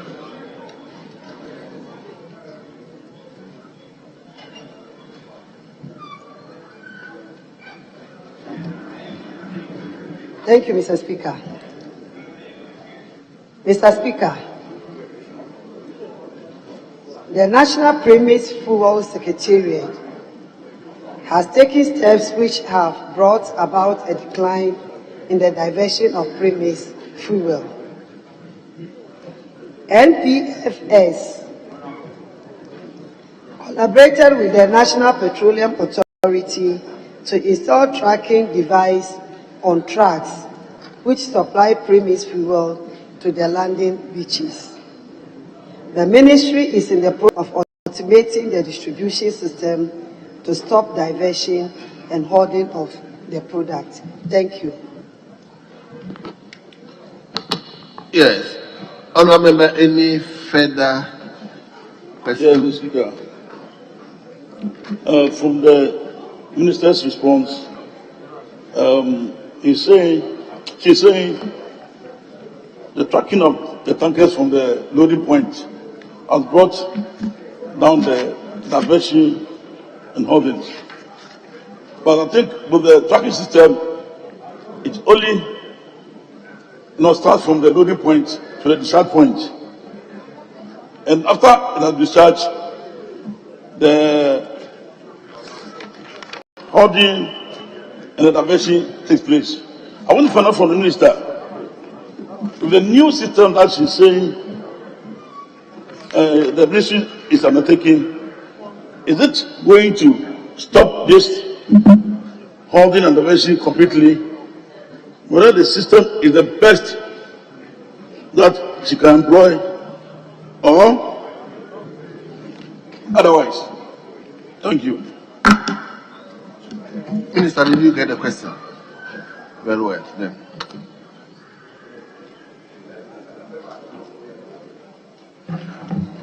Thank you, Mr. Speaker. Mr. Speaker, as I mentioned that the ministry is in the process of the automation. When that is done, we will be able to track all the process from the tour to the landing beach and also the products in the container or in the tank. The process is such that we'll be able to monitor every activities, and this will help us to stop the hoarding. Very well. Yes.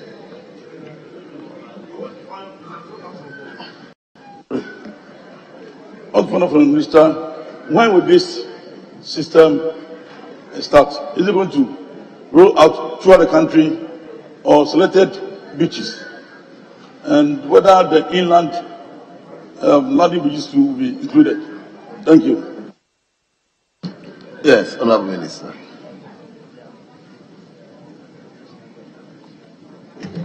Thank you, Mr. Speaker. Mr. Speaker, the process has just begun.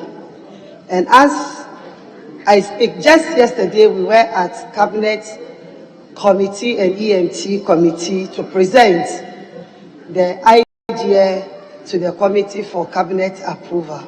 So very soon it will take off. Thank you.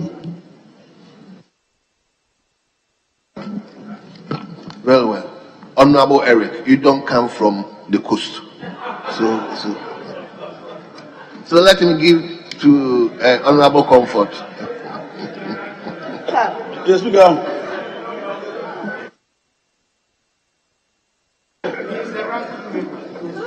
Thank you, Mr. Speaker. Mr. Speaker, the premise issue, as was asked by my colleague, MP from the coastal line, is a serious issue that complaints are all over the place.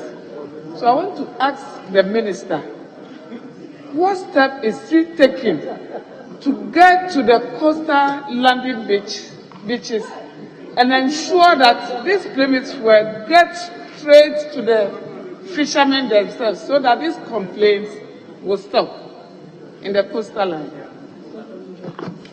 Very well. Honorable.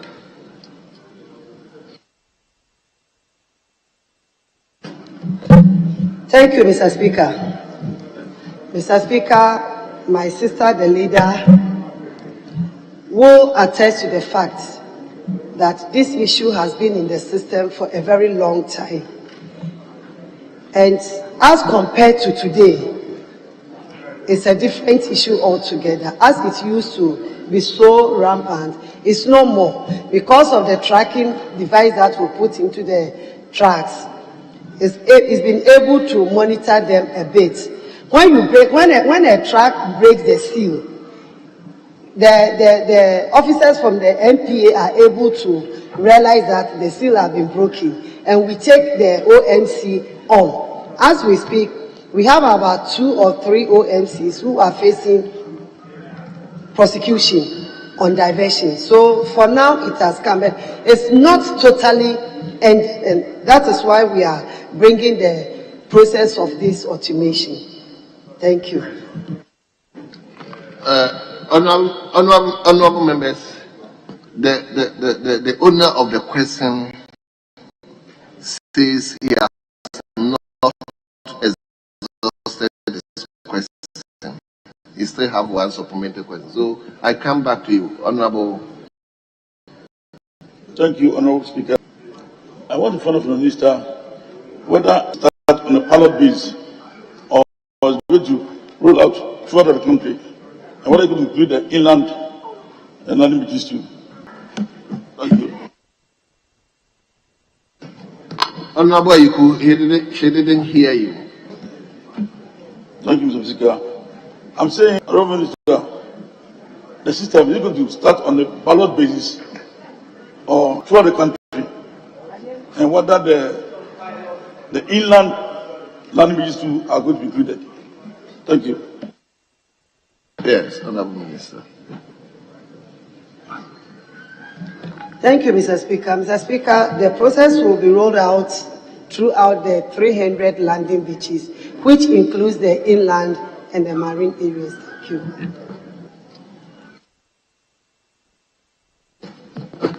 Oh, you have a question. Thank you, Mr. Speaker. The Honorable Minister, in her answer, talked about, on the diversion of premise, talked about some measures being taken, but he specifically talked about 3 OMCs who are being prosecuted. Mr. Speaker, is the Minister aware that these diversion activities is not only limited to OMCs, but there's a bigger collusion along the value chain, all the way to the landing beach? Is the Minister aware? If he is, what steps are being taken in that direction? Minister, are you minded to answer the question? Very well. Okay.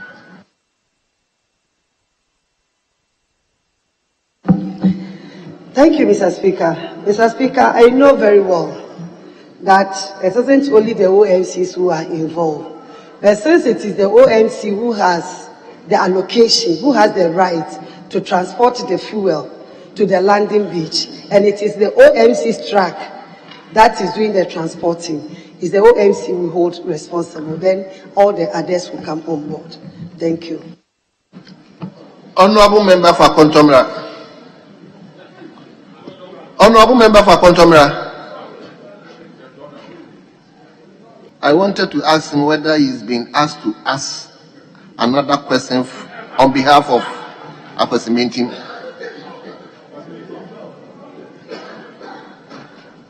He's already asked 2 questions on behalf of a member for meeting. There's another question. I just wanted to find out whether. Anyway, so we come to question number 685. That stands the name of a member for meeting. Mr. Speaker. Yes, may I hear you? The authority of Dr. Prinsama. So, on the authority.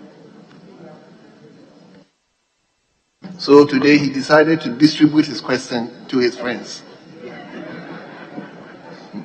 Anyway, Honorable Minister, you may answer the question.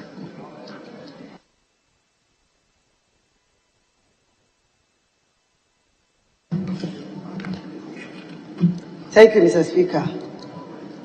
Mr. Speaker, construction work has started and it has attained 44% level of completion. This includes completion of the civil works on the classrooms, students and staff accommodation, mechanic workshop, and parking warehouses. The platforms for the prefabricated system have also been completed. The Ministry will expedite the action to ensure the early completion of the facility to pave way for the admission of trainees by 2022. Thank you, Mr. Speaker. Yes, Honorable Member. Thank you, Mr. Speaker. I want to ask the Minister if she can give any concrete idea or in terms of specificity as to when this can be completed, since it is at the level of 44%. We can't hear you. Are you the Speaker? Mr. Speaker, I want to ask the Minister, since she's saying that it is at the level of 44%, is she having any idea in terms of specificity as to when the project can be completed. Yes, Honorable Minister.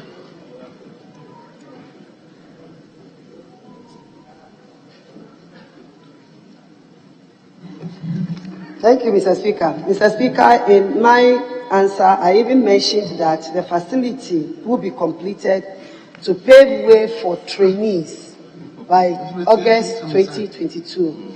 So it tells you that before June, July, this project will be completed. Thank you.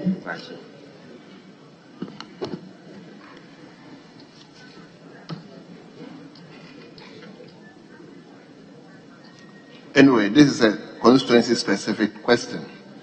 So we turn to question number 686. 686.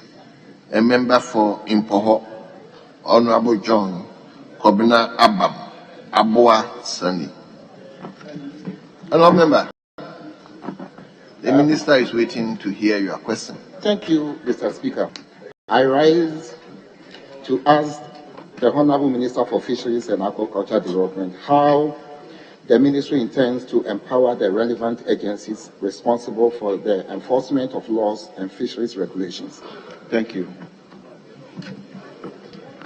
Yes, Honorable Minister.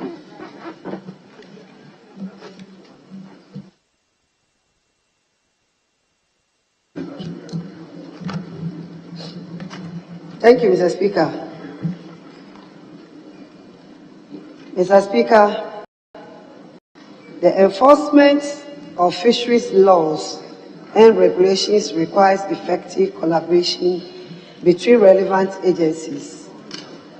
Therefore, the Fisheries Enforcement Units, FEU, consists of Ghana Navy, the Ghana Marine Police, and staff of the Fisheries Commission to ensure that fisheries laws are enforced.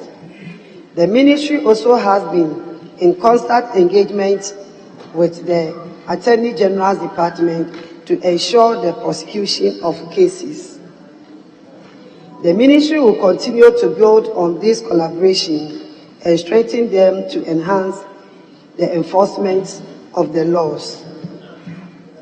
The Ministry will also ensure that the needed logistics required for their effective and efficient operations are provided. Mr. Speaker, we have assured the security personnel and warned all stakeholders that we will not interfere with any legal processes to prosecute offenders. Thank you. Thank you. Yes, Honorable Member, any supplementary question? No, Mr. Speaker. Thank you very much. Very well. So let's turn to question number 687.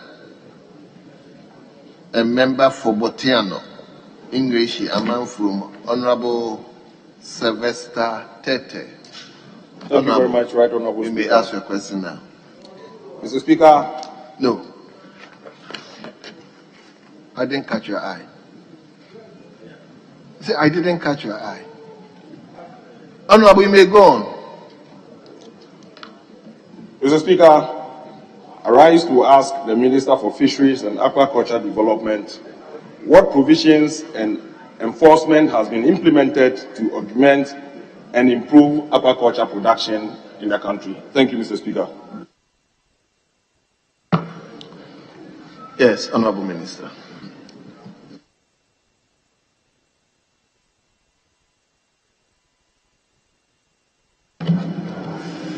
Thank you, Mr. Speaker.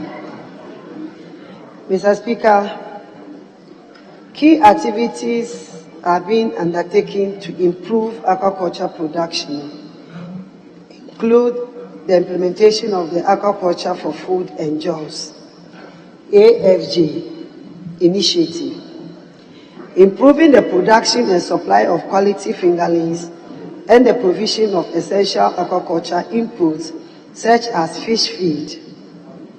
The program targets youth groups, public institutions, and distressed farmers. Since its inception in 2019, a total of 164 aquaculture holding facilities comprising ponds, cages and tanks, 328,000 fingerlings and fish feed provided to aquaculture operators. The ministry also provides extension services for all aquaculture operators. Thank you, Mr. Speaker. Thank you very much. Yes, Honorable Sly Tete. Mr. Speaker, I would like to ask the minister whether she will be considering to partner the Ghana Enterprises Agency and, for that matter, National Entrepreneurship and Innovation Plan to include this special institution of fisheries and aquaculture development in our country for special funding. The ministry has undertaken these laudable, important programs, but what I see lacking, especially where I'm coming from, is because of funding. So if a special attention should be carved from the NAP and that of Ghana Enterprises Agency under the U-Start program, because most of the people in this catchment area are people who are not formally educated, but they have the skills. So the minister will be considering the partnership for special funding for this bracket of our fisher folks. Thank you, Mr. Speaker. This is not a question. It's not a question. Mr. Speaker, I'm asking the minister whether she will be considering partnership with GEA and NAP for special funding. Very well. Minister.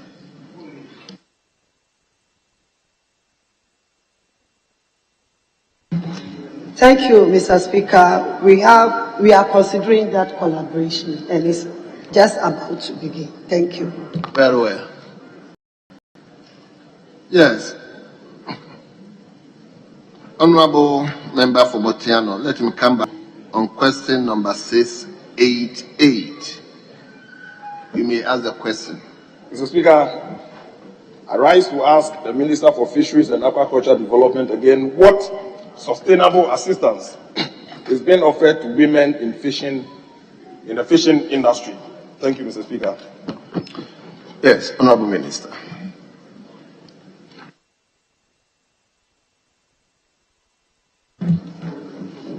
Thank you, Mr. Speaker. Mr. Speaker, women are important actors in the fisheries and aquaculture value chain, mainly as processors and traders of the fish and fishery products. They also sometimes finance the operations of the canoe fishers. The women fish processors and traders have been trained and provided with 880 units of the improved fish processing technology ovens called the Auto oven. The Auto oven would improve the quality of smoked fish for both domestic consumption and exports. Fish processing materials such as wire mesh and aluminium basins are also being provided to women fish processors to enhance their operations. The ministry is engaging the Ghana Enterprises Agency to support the women fishers in their businesses for financial support. Thank you. Thank you. Yes. Honorable Member. Mr. Speaker, a follow-up to that particular question. Mr. Speaker, I'd like to ask the Minister for Fisheries whether she will specifically be coming to my conference to assist the women group. As of now, I've registered quite a number of them for this intervention. Thank you, Mr. Speaker. Yes, Honorable Minister. The adjoining constituency is asking you whether you come to his constituency to offer support for the women. Thank you, Mr. Speaker. Definitely, I will do that. Thank you. Very well. So we turn to question number 6 89. And the question is in the name of our Chief Whip, Honorable Anodompre, a member for Nsawem Adwajiri. Yes, Honorable Member. Speaker, I thank you for the space granted. And I ask my good friend, the Minister for Fisheries and Aquaculture Development, when the Honorable Fisheries College will be made functional and operative.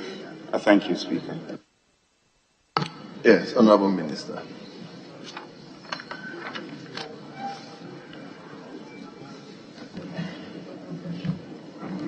Thank you, Mr. Speaker.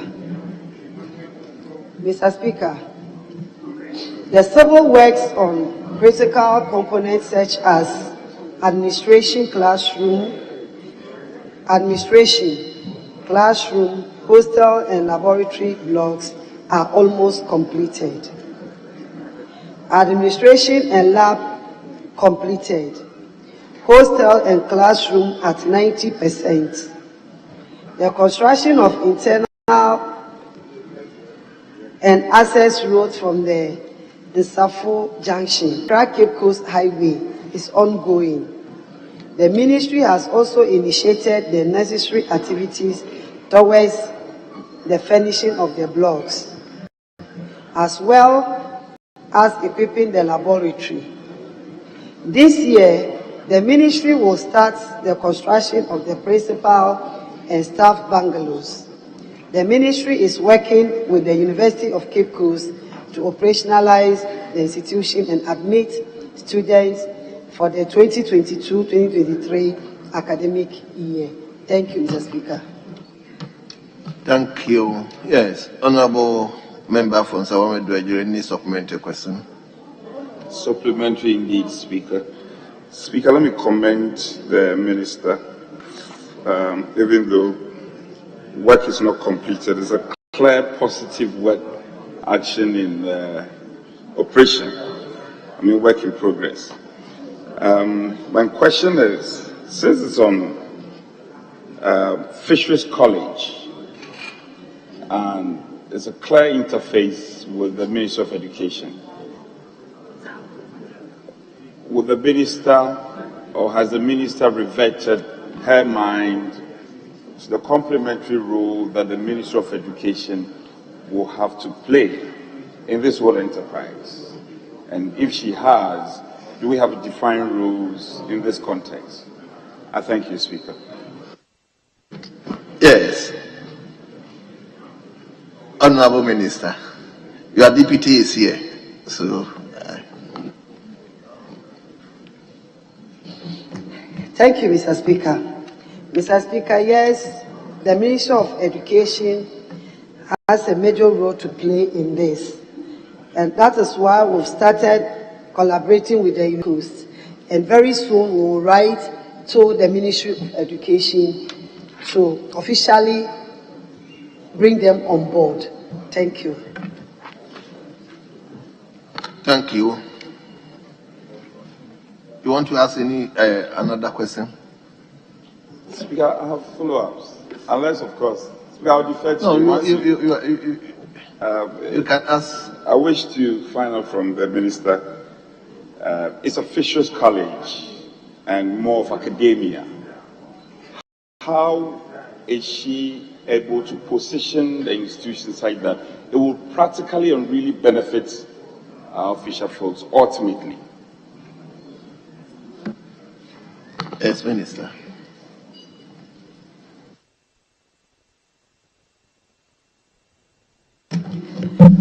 Thank you, Mr. Speaker. Mr. Speaker, we'll be looking at some in-service training for the fishers, short-term courses.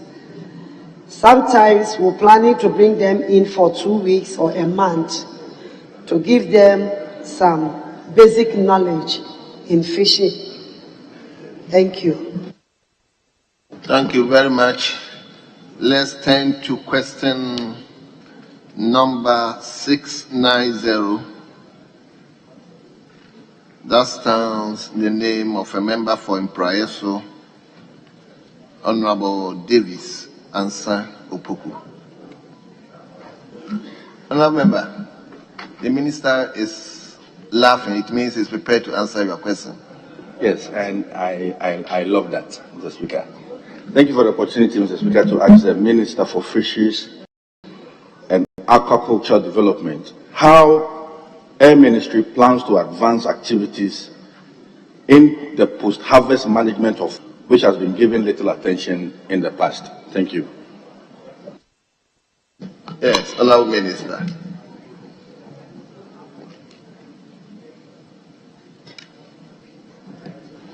Thank you, Mr. Speaker. I was actually praying that he wasn't around, so when I saw him, I was amazed. Thank you. Mr. Speaker, post-harvest management has been extensively featured in the revised National Fisheries and Aquaculture Policy for 2021 with the goal of reducing post-harvest losses. The Ministry is facilitating the provision of appropriate fish storage and processing technologies. For example, the Ahoto ovens. Again, the construction of the 11 landing sites has provisions for post-harvest management facilities. Thank you. Yes, Honorable Member from Press, any supplementary question?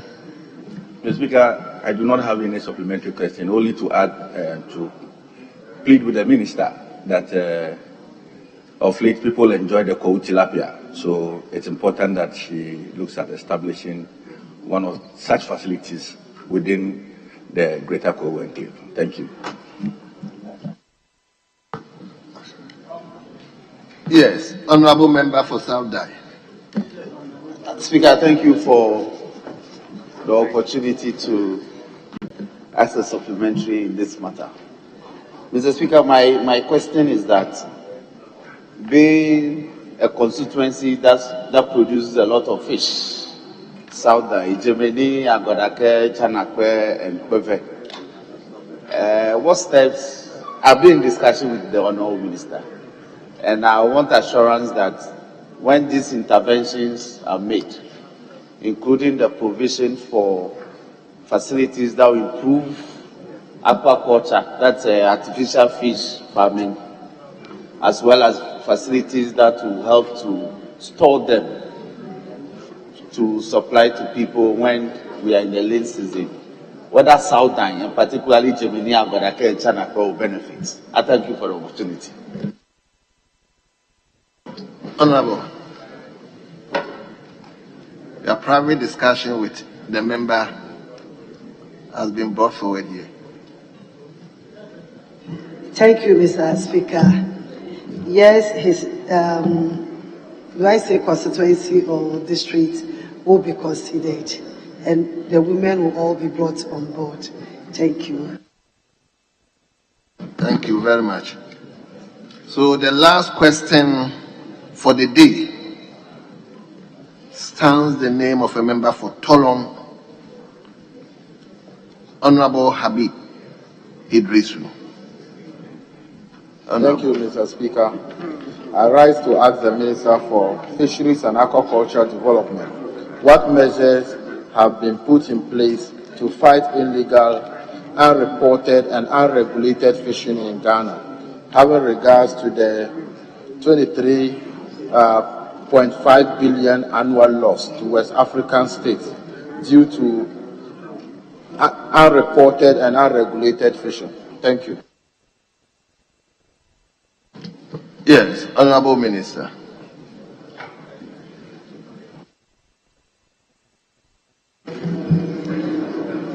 Thank you, Mr. Speaker. Mr. Speaker, the following are some of the measures to address IUU fishing. 1. Observers have been placed on all industrial vessels during fishing expeditions. Electronic monitoring of vessels at sea. regular sea patrols and inspections, port and beach combing operations to monitor compliance of fisheries laws and regulations, arrest and prosecution of offenders for infractions, withholding of premise fuel supply to landing beaches where IUU cases are reported, and last but not the least, continuous sensitization on the negative impact of IUU. Thank you. Thank you very much. No supplementary question. So, Honorable Minister, on behalf of the House, I would like to thank you very much for attending upon the House to answer 9 separate questions. We are grateful to you, and you are hereby discharged. Honorable members, we turn to item number 8.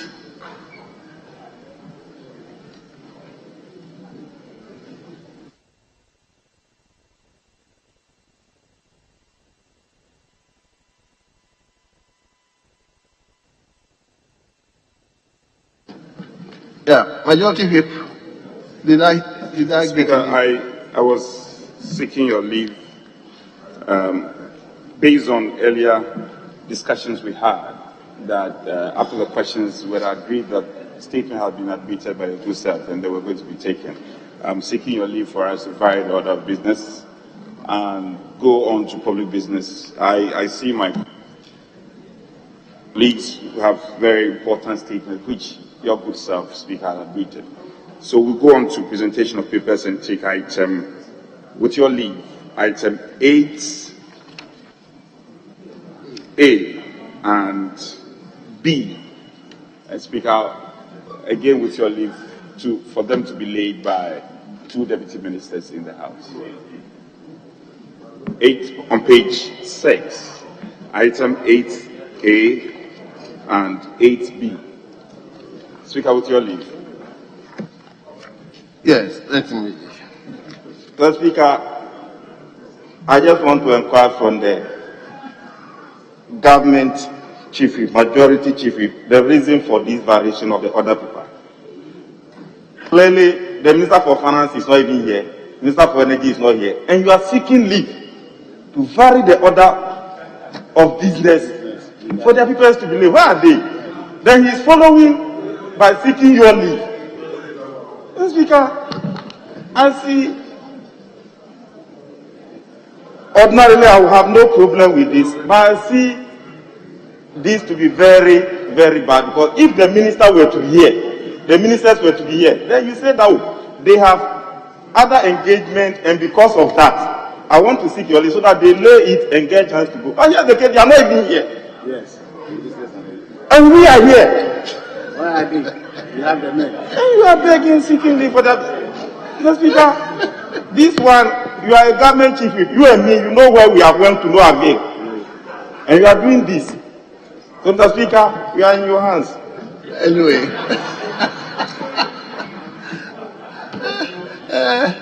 Honorable Deputy Whip, the leave is granted. The deputy ministers are available. I think they can do that on behalf of their substantive ministers. So I've granted the leave. So let's turn to page number 6. That is at the beginning of the commencement of public business, presentation of papers. So the Minister of Finance, so now the Deputy Minister of Finance may do that on behalf of the Minister. Financing agreements between the Government of the Republic of Ghana, represented by the Ministry of Finance, and the European Investment Bank, EIB, for an amount of 75 million euros for the COVID-19 Health Response Ghana project. Honourable members, the agreement has been duly presented to refer to the Finance Committee for consideration and report.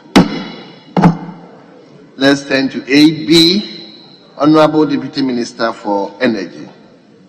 Speaker, before I proceed, if I may seek your leave to effect a minor correction on the other paper.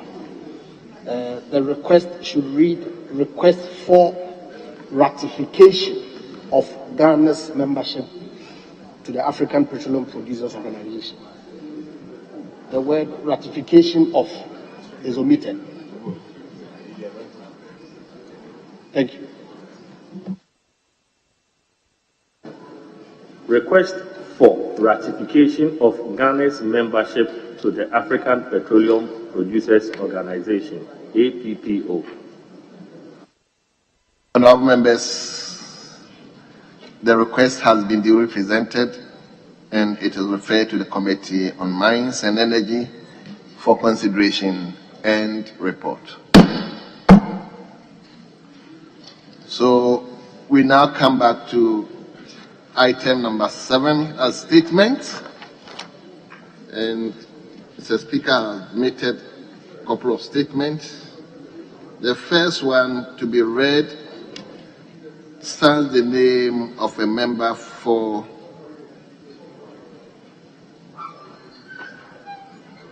what's your constituency? Elembele. Yes. Honorable Emmanuel Kofi-Boa on the contribution of Paa Grant to Ghana liberation struggle. Meanwhile, I will respectfully ask the first Deputy Speaker to take the chair. So, honourable member, you may go on with your reading.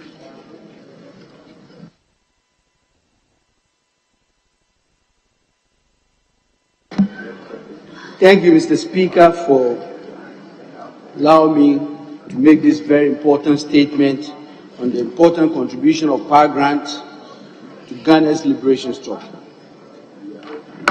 Mr. Speaker, as was once averred by Abraham Lincoln, any nation that does not honor its heroes will not long endure. Mr. Speaker, undoubtedly this August House unanimously desires that our dear nation will not only survive but prosper in perpetuity.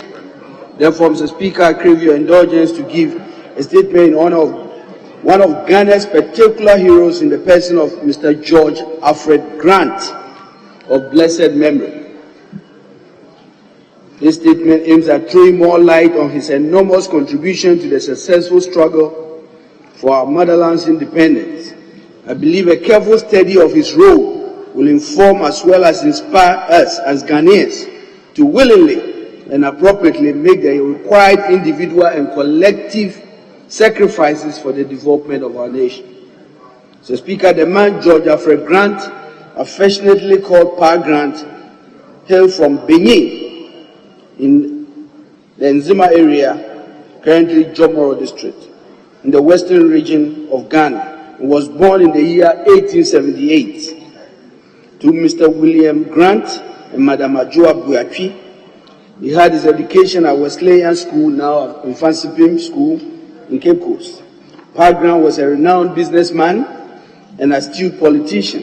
In his early years, at age 17, he commenced his business career and apprenticeship as a messenger with Mrs. C.W. Alexandra and Co., the timber dealers and general merchants.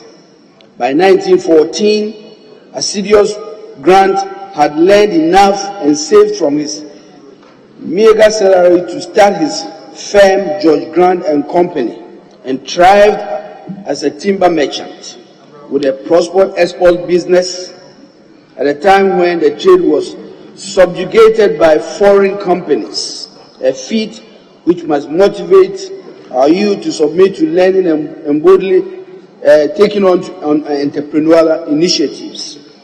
Mr. Speaker, Mr. Grant's trade put him in a pole position to witness the unfair practices that both the indigenous workforce and local players in business suffered at the hands of the colonial authorities.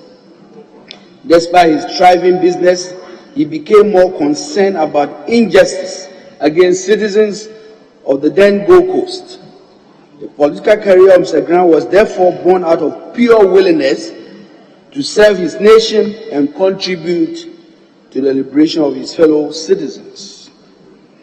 Consequently, Mr. Speaker, Paa Grant joined the Aborigines Rights Protection Society as an organization that sought to prevent the indiscriminate expropriation of African lands by European authorities and campaigned against the exclusion of Africans from the colonial administration. It is refreshing, Mr. Speaker, to note that he also accepted an appointment into the Legislative Council to represent the people of Sekondi in 1926 and was instrumental in many development projects, including the introduction of street lighting and piping water to Sekondi and Axim. The colonial government often impeded critics and intelligentsia membership into the council. Nonetheless, membership was open to those who were responsive to their opinions and tenets. The Kesley Hayfords, George Thompsons, and people of like-minded who were advocating for more power to the people had been silent and rendered less relevant to continue the struggle. The political epoch agitated Paa Grant to start the struggle for independence.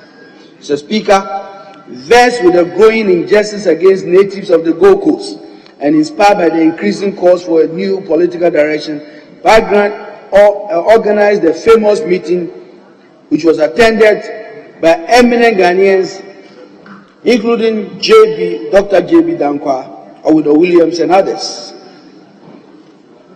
The outcome of the meeting led to the formation of the UGCC on the 4th of August 1947, intended to achieve self-government within the shortest possible time. Mr. Speaker, let me seek your permission to read Paa Grant's letter inviting the eminent Ghanaians and other prominent lawyers to the first meeting that led to the formation of the UGCC. And this was the letter he wrote, and I quote, "Gentlemen, for some time now, a few friends and I have met and discussed the dire state of our country's economic and political affairs.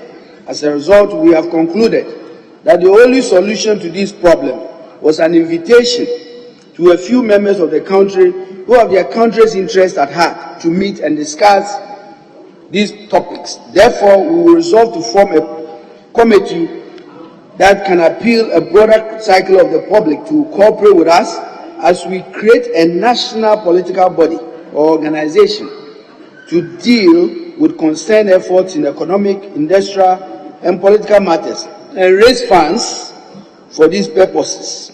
Our ultimate objective is to appeal to all sections of the community in this great movement. I am positive that this is the only exclusive way to achieve our national aspirations towards economic and political independence. I am therefore very committed and invite you to a meeting to be held at the premises of Mr. Abion Mens at Sopon on Monday, 7th day of April 1947 at 10 a.m. Yours faithfully, signed, George Alfred Grant. Mr. Speaker, considering the essential role that money plays in executing the agenda of every political organization, it is worthy to note that as the president of the UGCC, Paa Grant made the first donation of £250, UK pounds, as seed money to run the UGCC, while others, including some of the big 6 members, contributed £25 and £50. Mr. Speaker, the selflessness of Mr. Grant impelled him to provide money for the fair to repatriate the iconic Kwame Nkrumah to the Gold Coast to take up an appointment as the General Secretary of the UGCC after Nkrumah's over a decade stay abroad. It is also striking to learn that Grant's avid pursuit of political freedoms and civil liberties for his fellow citizens was not without adverse repercussions on his hitherto thriving business enterprise. Colonial authorities victimized him to the extent that logs or timber bearing his company's symbol were prevented from boarding any ship at the harbor.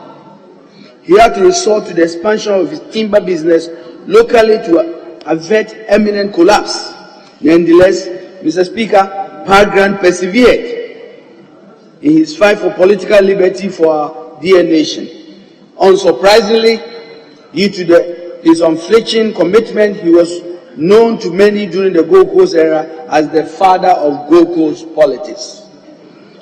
Sadly, Mr. Speaker, death laid its cold hands on Paa Grant at the age of 78 on the 30th of October 1956 in Axim, and he could not witness the outcome of what he stood and fought for, which was the independence of Ghana.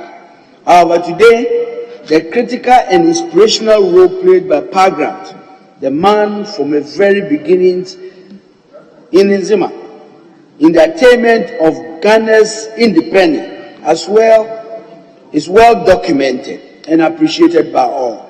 It is therefore worthy cause to devote part of our time to reflect on his works and appreciate the man who did not only dedicate his time and resources, but also sacrifice his flourishing timber business to engineer and support organizations and individuals, including Osajifo Dr. Kwame Nkrumah, who steered the Gold Coast into independence and for which reason we are all seated here as members of Parliament today. Mr. Speaker, with your indulgence, I entreat all of us as members of Parliament and the Ghanaian citizens at large to emulate the selfless and serving attitude of Paa Grant for the development of our dear nation. Mr. Speaker, the story of Ghana's liberation struggle will never be complete and has never been when Paa Grant's vision and monetary contributions towards the independence of the Gold Coast has not been duly honored. It is a great tragedy that up to today, Paa Grant has never been prominently, now quote that, placed in the history books of Ghana. Grant, through his selflessness, nationalism, vision, and devotion to the Gold Coast freedom from colonial rule, is monumental. He is the doyen of Ghana's independence and must be recognized and acknowledged as the father and financier of Gold Coast politics, and must have a place in Ghana's political history. May his gentle soul continue to rest in perfect peace. Thank you, Mr. Speaker and colleagues, for your attention. Thank you, Mr. Speaker.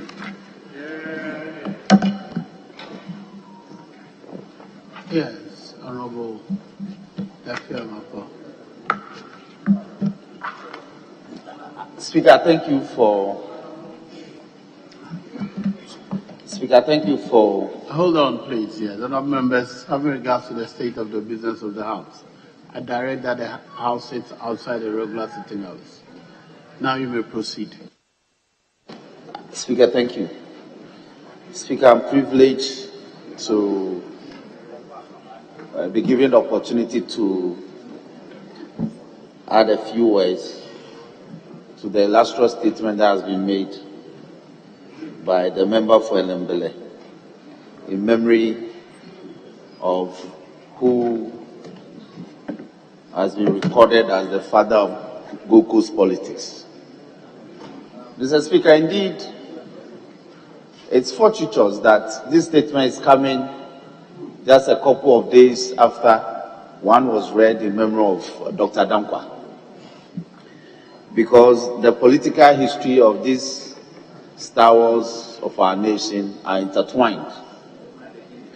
Mr. Speaker, the records will bear that Paa Grant, born sometime 15 August in 1878 and died sometime in October 1956, was not only a merchant, a timber merchant, but he was also a politician, and he was actually one of the people who fought for the natives, as they were called at the time, to be able to also do business in what we have come to label in modern parlance as local content, because the business at the time was dominated by Europeans, and so he agitated and across the West African zone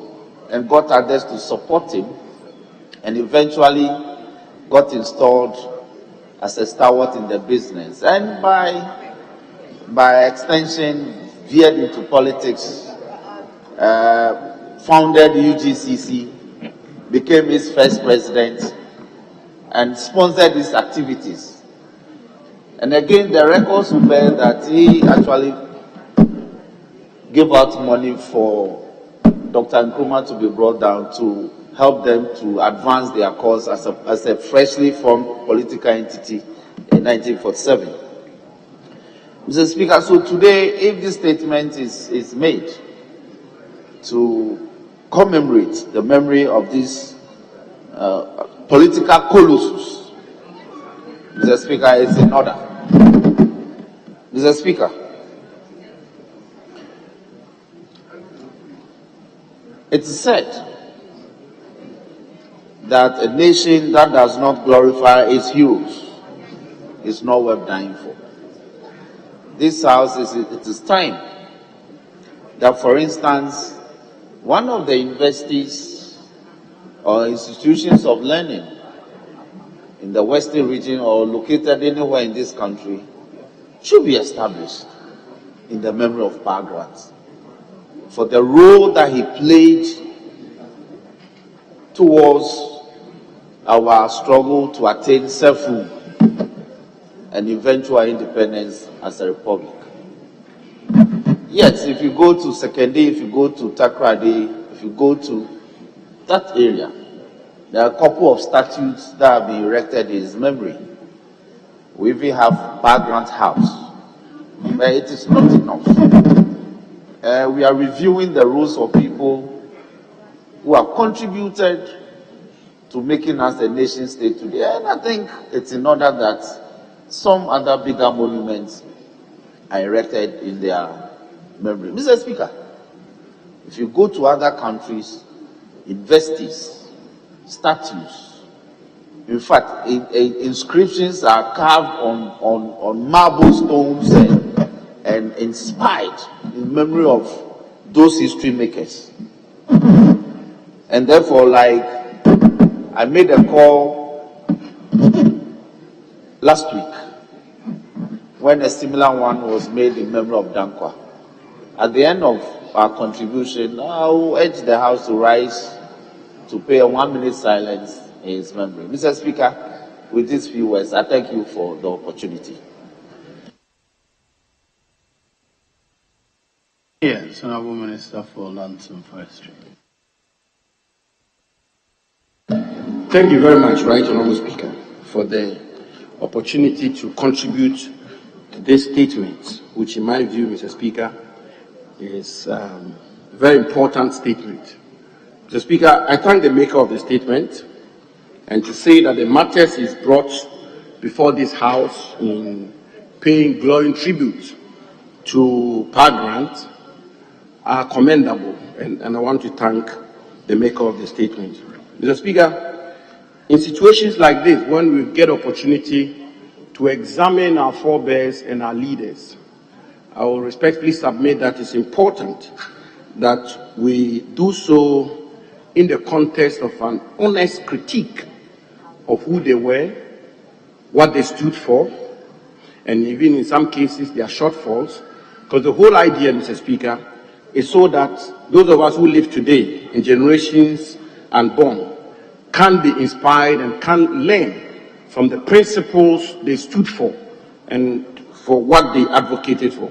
Mr. Speaker, instructively, you will find from page 2 of the statement that the maker of the statement talks about how Paa Grant on 4th August 1947, specifically in Solpon, convened a meeting of the political actors at the time in Gold Coast, including, as the maker of the statement points out, J.B. Dankwa, Awuna Williams, and other prominent lawyers, to the first meeting that led to the formation of the UGCC, the United Gold Coast Convention.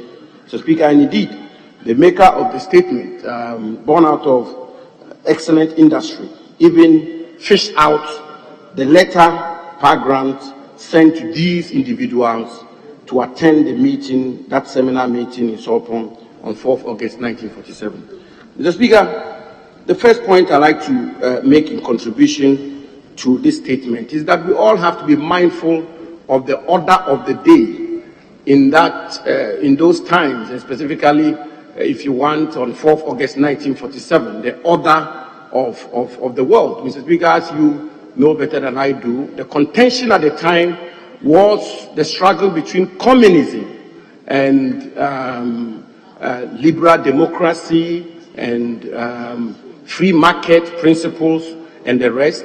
Mr. Speaker, in Sorbonne on 4th August 1947, Paa Grant led his colleagues to advocate strongly that our country, Ghana, take the path of liberal democracy, property-owning democracy, free market, democratic accountability, and rule of law. Mr. Speaker, that's what Paa Grant stood for. And it's important for this point to be made because today, Mr. Speaker's House, by almost a sense of unanimity, the Ghanaian people have accepted these principles, and therefore they may be lost on us. But at the time, it was a major contention, bipolar contention in the world as to which direction the world should move and as to which direction our country should move.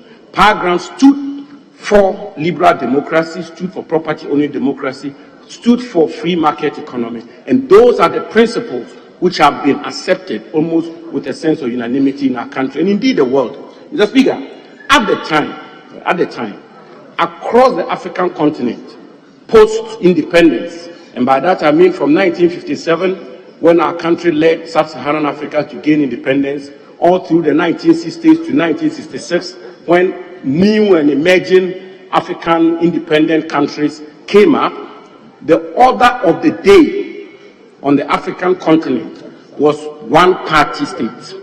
So Speaker, I'll give you some examples. Julius Nyerere of Tanzania, it was one-party state. Ofo Boahen of Cote d'Ivoire was one-party state.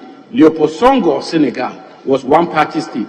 Jomo Kenyatta of Kenya was one-party state. And indeed, almost across the African continent, the order of the day was one-party state. In our country itself, at the time, we had one-party state. Paa Grant stood for multi-party democracy at the time. And I think these are principles that we have to refer to in eulogizing and paying tribute to Paa Grant. Mr. Speaker, he himself, as a person, was a serious businessman, as rightly alluded to by the maker of the statement, and was one of the foremost merchants in our country, and believed strongly in free market, believed strongly in profits, and believed strongly in capitalism, and that market forces should determine the market and the economy of our country. And indeed, he didn't make means worse on that. He didn't lose any difficulty in standing up for that way of conducting business in our country. Mr. Speaker, so I want to conclude by saying that the maker of the statement is very right in calling on the House to pay tribute to Paa Grant, given the contribution he made to the political consciousness of our country. But at the same time, I also think that the principles he stood for, which principles have been vindicated today across the world in our country, that the liberal economy is the way to go, multi-party democracy is the way to go, rule of law is the way to go, democratic accountability is the way to go. Those were the principles Paa Grant expounded with J.B. Danko and Co. on 4th August 1947 in Sorbonne when they established the United Gold Coast Convention. So, Speaker, with these words, I thank the maker of the statement. Yes. Thank you, Right Honourable Speaker. I start by commending the Honourable Member of Parliament for Ellenborough for such an excellent piece. Honourable Speaker, Paa Grant represents national in character, but he is a man of pride for people like myself from Axim and the rest of Nzemaland.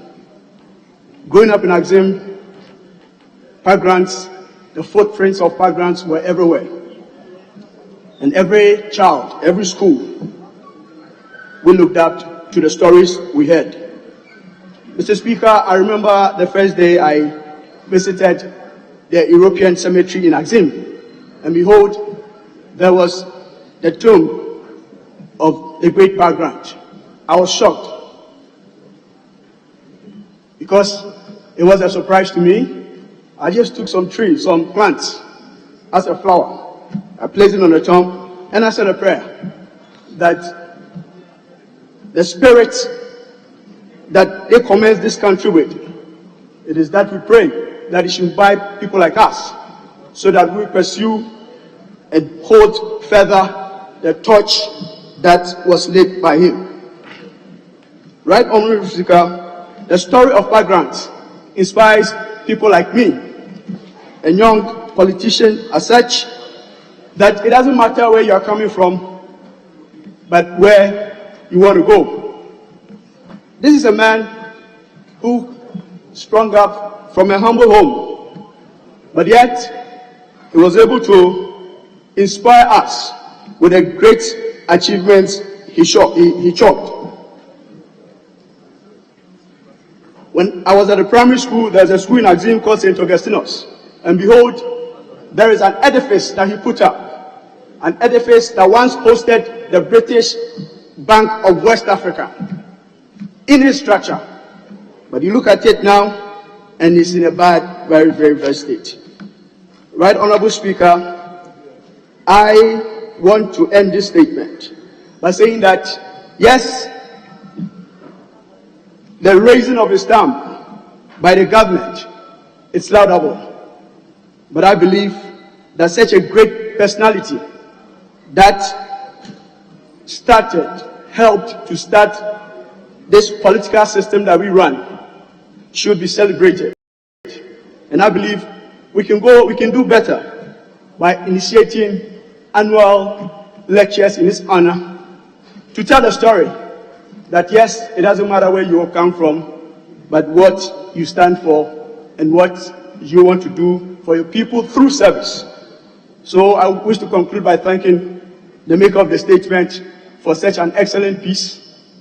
And it is a prayer that the spirit that they started with should move us to advance this country to the state that he and the great others, our forefathers, what they had in mind, we should be able to achieve it. Thank you, Right Honorable Speaker. First time. Yes, Honorable Member for Belkwa South. I'm grateful to Right Honorable Speaker for the opportunity to contribute to this all-important statement, ably put together by my respected colleague, Honorable Emmanuel Amma Ufibua. Right Honorable Speaker, last Friday, I eulogized Dr. J.B. Dankwa, whose passing was 57 years ago.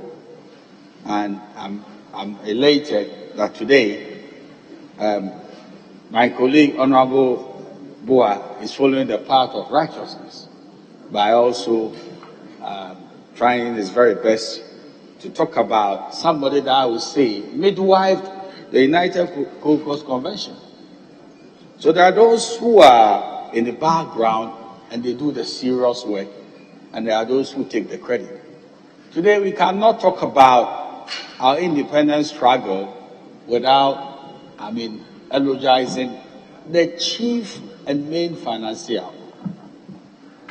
The record will show that when somebody was even unable to pay his travel expenses to come to the Gold Coast to help in the struggle, it took this serious merchant and businessman to pay for his travel ticket.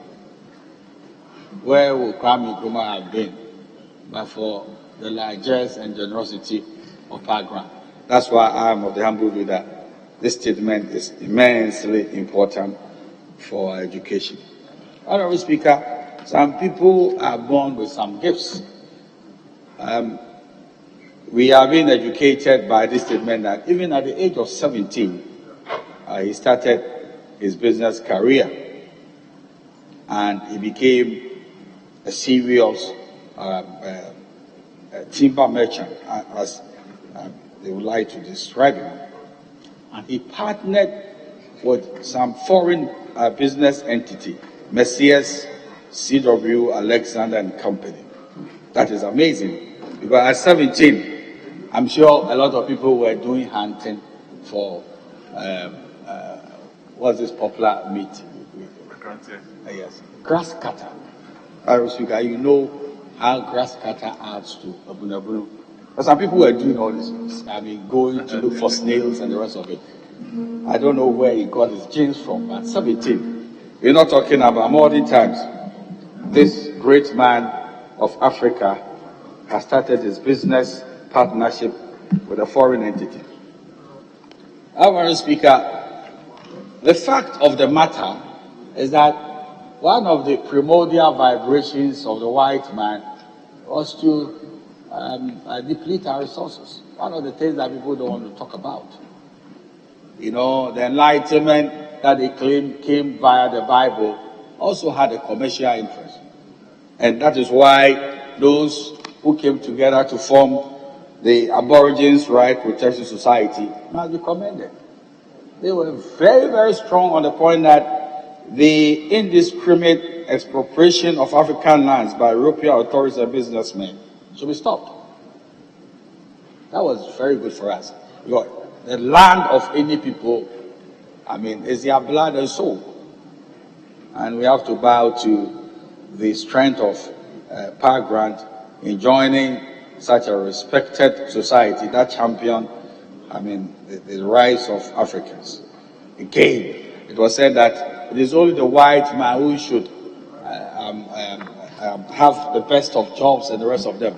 The Aborigines Rights Society, was strong in saying that the black man should also come to the best place in the establishment, as most blacks were very educated. And it's not the color of your skin. And you might worship the white color pigmentation, but Africans had intellectual depth. And intellectualism is not too much a factor of your color or the level of your thinking. This is where I salute Paa Grant for what he did in respect of his work with the Aborigines Rights Protection Society. Right Honourable Speaker, I've made a statement which I believe is true, that he midwifed the United Gold Coast Convention. And I believe that was the oxygen for our independence. Because if you look at Dr. J.B. Dankwa, who stood for the other side, and then Dr. Nkrumah, who became our first independence prime minister, they all came from the same group, UGCC. So I am amazed how Paa Grant was able to bring this mix together, and then eventually they pioneered the Aboriginal Rights Society. Today, I was just looking at my 200 Ghana cedi note, and I was wondering whether Paa Grant's picture is part of it. I'm not sure. No. And I don't know. One of these days, when I made the governor of the Bank of Ghana, I strongly recommend that, of course I can be a governor of the Bank of Ghana, that he's also, his picture should be embossed on our currency, which is the symbol and the soul of the nation. Right now, let me conclude about politics and the risk of doing business. All that we have said, we've not measured the cost to Paa Grant in financing politics. I am educated that the Europeans did all they could in hell to block his revenue streams. The kind of situation that we have, that sometimes people are doing good business and immediately they have political alignments, that will be the end of it. Paa Grant went through a similar fate, that in the name of the independence of this country, his profits plummeted for the simple reason that the white man will not give a black man who is nationalistic sufficient money to help with the political activities of the day. It is that sacrifice which touches my heart. When, for a good cause, a good cause, money is not the issue, but the values and the principle. This is a man of immense value, and we, the Latter-day Saints, should emulate his good example. The story of Paa Grant should go to our children in school. I wonder whether there is a whole curriculum which deals with our heroes. If it's not there, it should be part of our curriculum for people to understand where we are coming from and the quality and example of his personality. So, Honorable Amma Kofibua, I have to commend you. I'm impressed with the substance and the content of the statement, and I hope to be reading more of this from you. I'm grateful to the Honorable Speaker for your kind indulgence.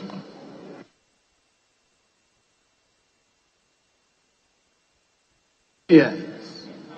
I'm grateful, Mr. Speaker, for the opportunity to contribute to this very important statement, which has been eloquently made by my respected colleague, the Honorable Emmanuel Amma Kofibua, on a national hero, an icon who we must continue to celebrate, the late Paa Grant, as he is affectionately called. Mr. Speaker, the angle I wish to introduce to this whole discussion is the fact that this statement reveals how that notion that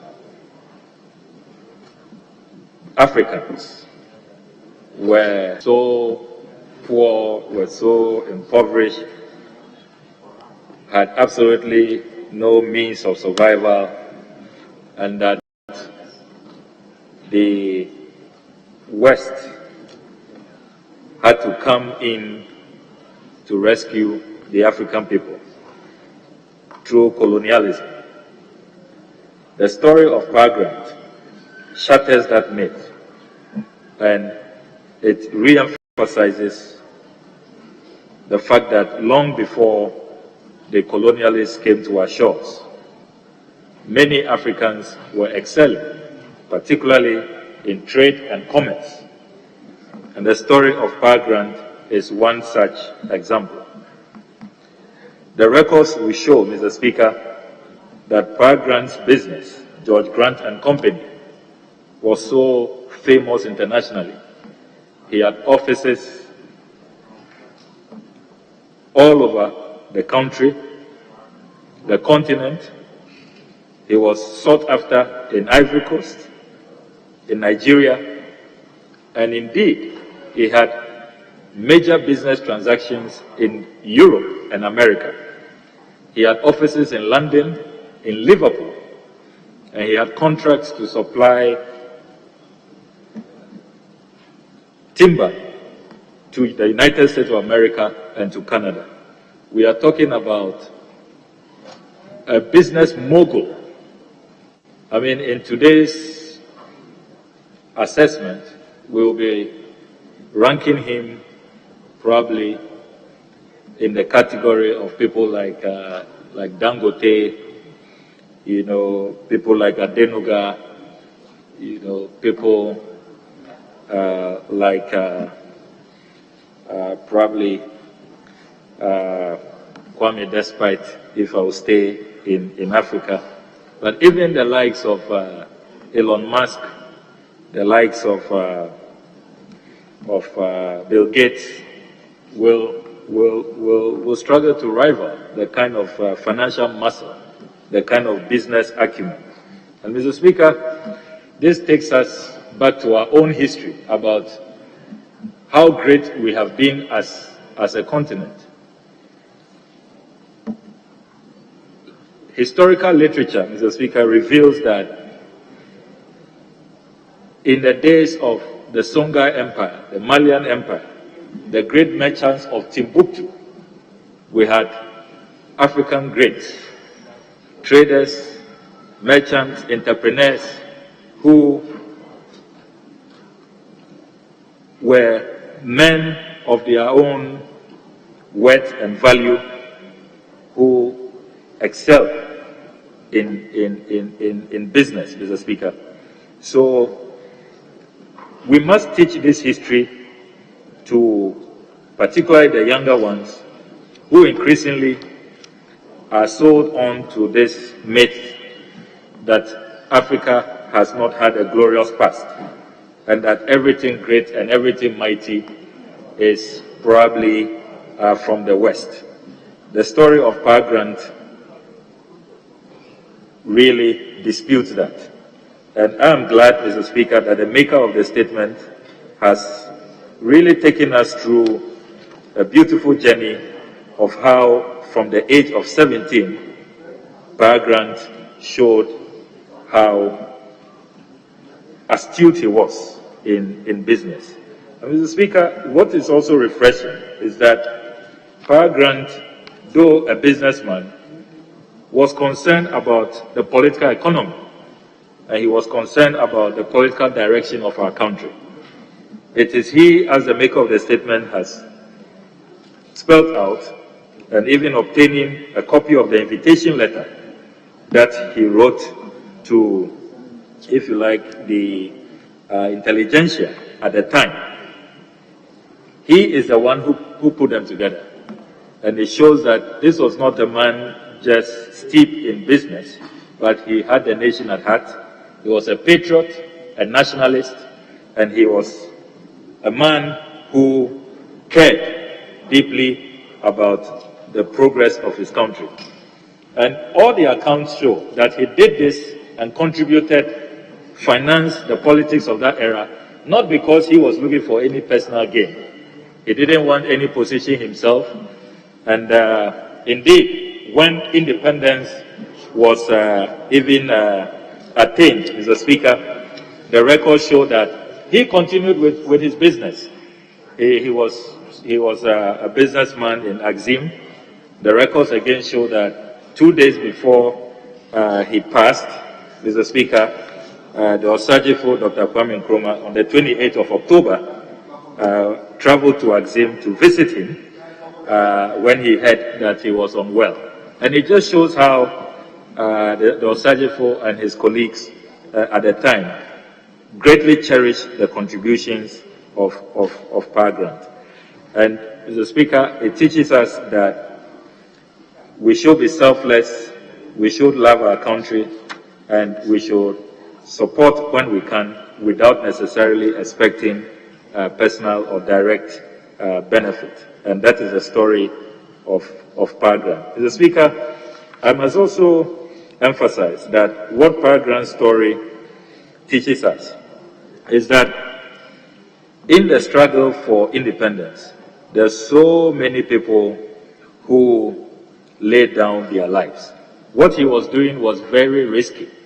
It was costly. And indeed, as the Honorable Atachia has said, there is abundant literature that confirmed that his business was targeted, and he came under strong victimization from the colonial powers. But he was not perturbed, he was not deterred. He was willing to take those sacrifices, and he ensured that he financed the independent struggle for us to obtain the freedom that we have obtained today. Finally, Mr. Speaker, Paa Grant was a man who, you will say that, was in relative comfort. He was in his comfort zone. Indeed, I read about his education. He was at the Wesleyan Mission, now in Fansipim, and he also had private tuition. Mr. Speaker, he was from a very rich background. His father could afford private tuition for him.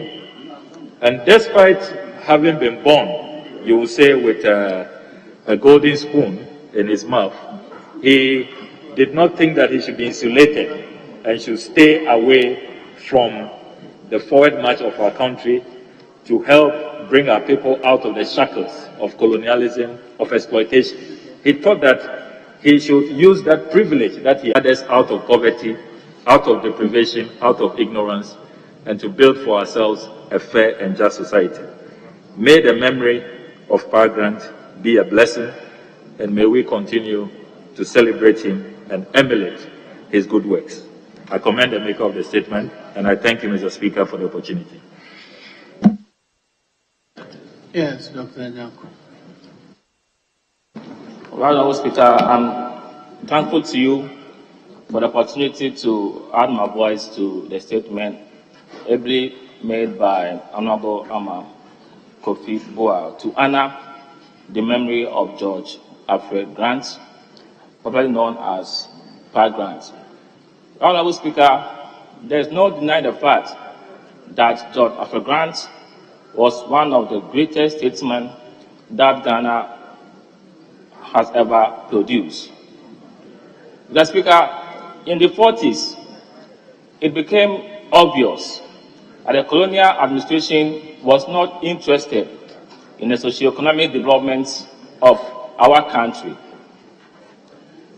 And during that time, around 1946, J.B. Dankwa wrote a long letter to Nana Amenfi III, asking him to revive the Consultative Assembly of Chiefs and the Intelligentsia. And the idea was to have a very strong front in order to tackle the socio-economic ills of the country. And when much was not being done, J.B. Dankwa attended upon the High Court in Sekende and decided to visit Paa Grant. When they were having a discussion, Paa Grant had this to say. That was in February 1947. He said, Dankwa, the country is slipping down the hill, and what are you doing about it? JB replied, I'm in your hands, sir. It was at this meeting that the conception of a political party was hatched. And subsequent to that, there was a meeting with F. Awana Williams, R.S. Blay, to form the party. And the party that was formed, the United Gold Coast Convention, paved the way for independence of Ghana. The Speaker, interestingly, I was going through the archives and I saw that the foundation fund that was established, out of the 31 contributors, the person who paid the highest amount was George Grant, £150. W.J. Kwesimo, £25.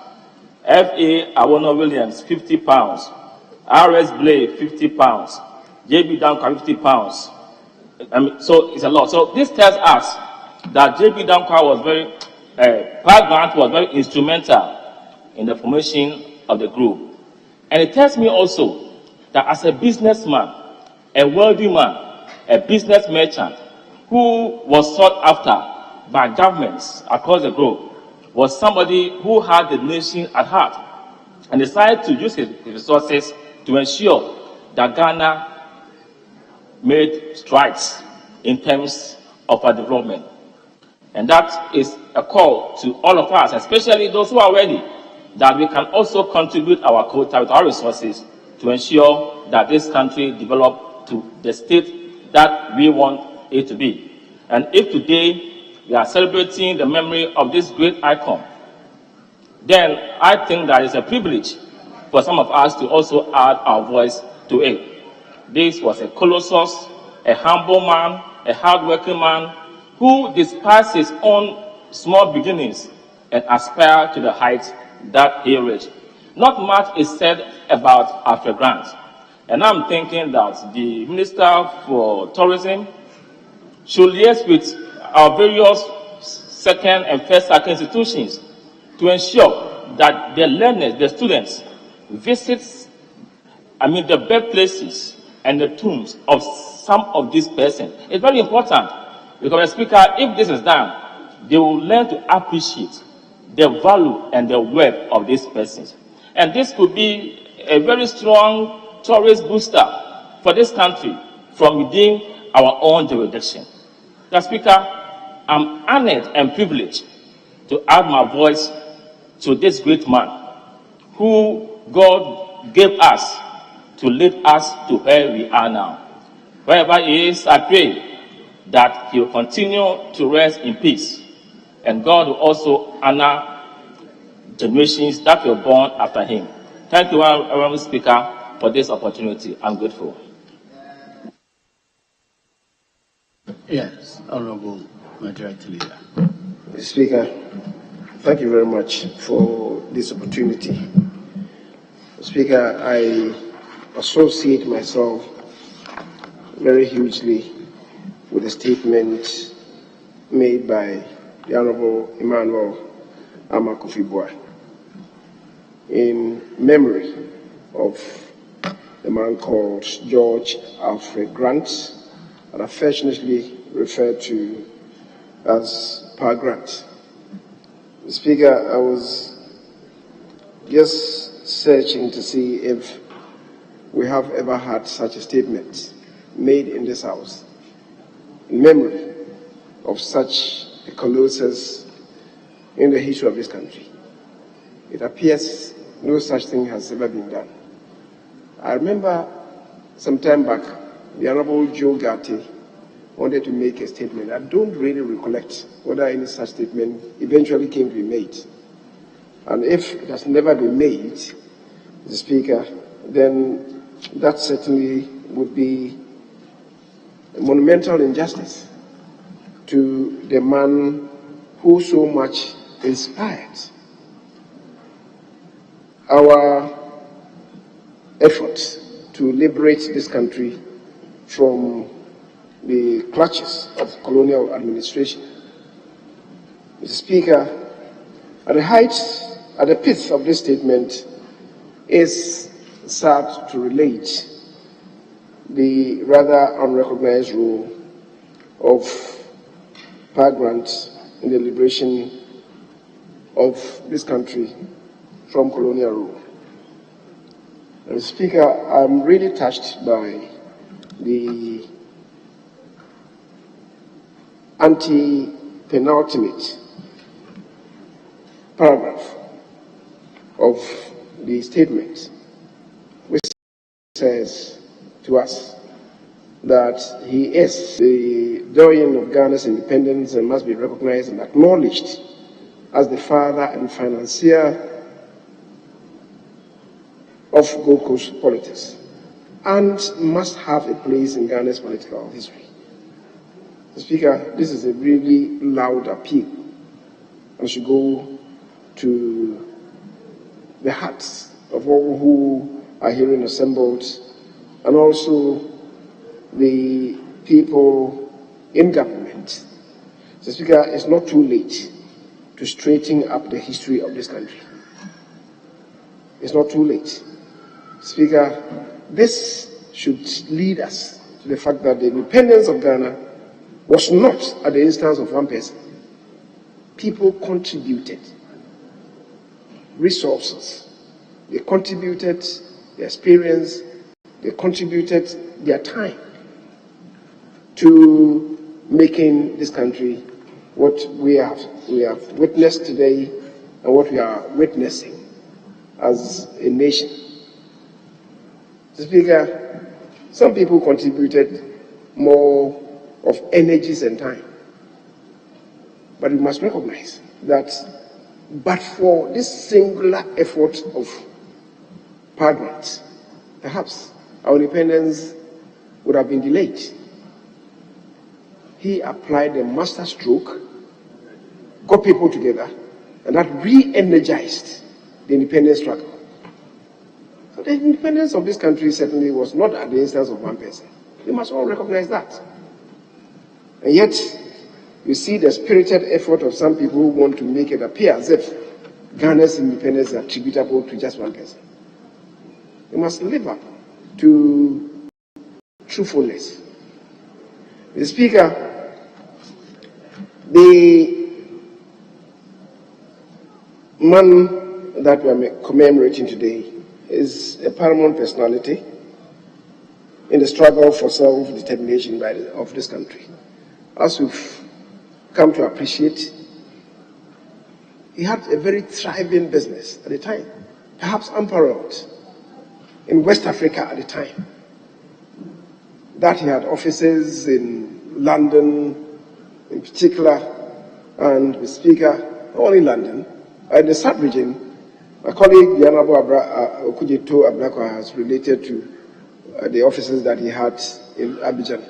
Not only Abidjan, he had an office in Freetown as well, and one in Monrovia, and also in Lagos, which at that time was English West Africa. The Speaker, he had thriving businesses, and as my colleague related to, he was much sought after personality.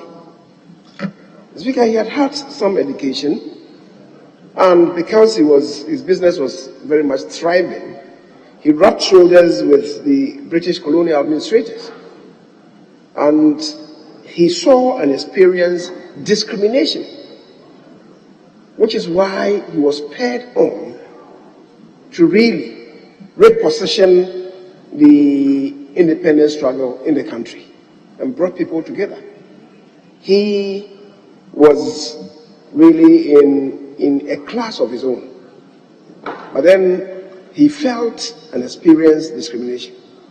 That's how come he related to the academics of the time, brought them together, and initially financed the first meeting of what eventually became known as the UGCC. The Speaker, as I said, he had a thriving business, and yet inspired by the spirit of patriotism, he availed his experience and resources to the country. Mr. Speaker, last Friday, the Honorable Achia, as usual, made a statement in memory of Dr. J.B. Dankwa. Today we are hearing this from the Honorable Emmanuel Amakufibua. I would want to plead that we don't end it here, that every year the conscience of this nation should be by another such statement in memory of George Grant. Mr. Speaker, the letter that he wrote at the time, inviting them, the people that he invited, it's phenomenal. And that letter, Mr. Speaker, was written in 1947. How many people have related to this? Mr. Speaker, my attention has just been drawn to the fact that, as I was saying, that it appears a similar statement has been made. Attention has just been drawn to the fact that the Honorable Lee Okran made a similar statement in this House in 2007. And we look at the interrogation, more than 15 years after, they are coming with another statement like this. We should make it ritualistic that every year we should have such a statement. I want to believe, Mr. Speaker, I was saying that the letter that he wrote in 1947 is significant, phenomenal one, and the intent of that person who wrote the letter is betrayed in the second paragraph of the letter. To quote, therefore, we will resolve to form a committee that can appeal to a broader circle of the public to cooperate with us as we create a national political body. He knew what he wanted to achieve, to create a political body to spur the nation on to self-determination. The Speaker, the third paragraph also states, I'm positive that this is the only exclusive way to achieve our national aspiration towards economic and political independence. Unquote. So, the Speaker, the meeting that was called on the 7th day of April 1947 is a landmark meeting in the annals of the history of this country. Mr. Speaker, the Honorable Attached here pulled out a currency note and then indicated to us that, yes, we have the big six captured on our currency, our note. Unfortunately, because it's not named as part of the big six, Paa Grant is not covered. Should you have the case where the others who were equally inspirational in the UGCC, including the R.S. Clay Williams and others, to also perhaps find their images in some of the currencies, maybe 100 cedi currency, the Speaker, that would keep their memories eternally with us. And I'm looking for an occasion when a real monument would be built in memory of Paa Grant and the others who bonded and banded themselves together in the formation of the UGCC that eventually led to the independence of this country. Speaker, once again, I'm most grateful to the Honorable Amakufubwa, and I urge him that every year, on the occasion, perhaps maybe on the either on the date of his exit, his transition, that is 30th October, or maybe the day that he summoned his peers together to form what eventually became known as the UGCC, which was the 7th day of April 1947, either one of the dates.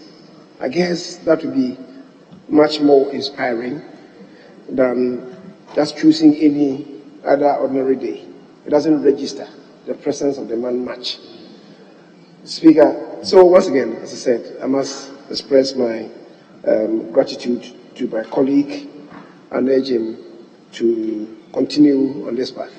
Perhaps by that, be able, as a collective, to urge the government to do something much more profound to continue the memory and the legacy of the man known as George Alfred Grant, affectionately called Paa Grant. Speaker, thank you very much. Very well, thank you. Leadership, I have two more statements. What's your advice?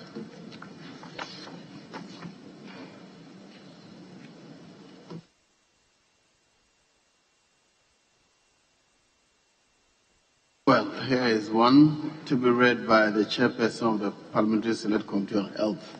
Is he here?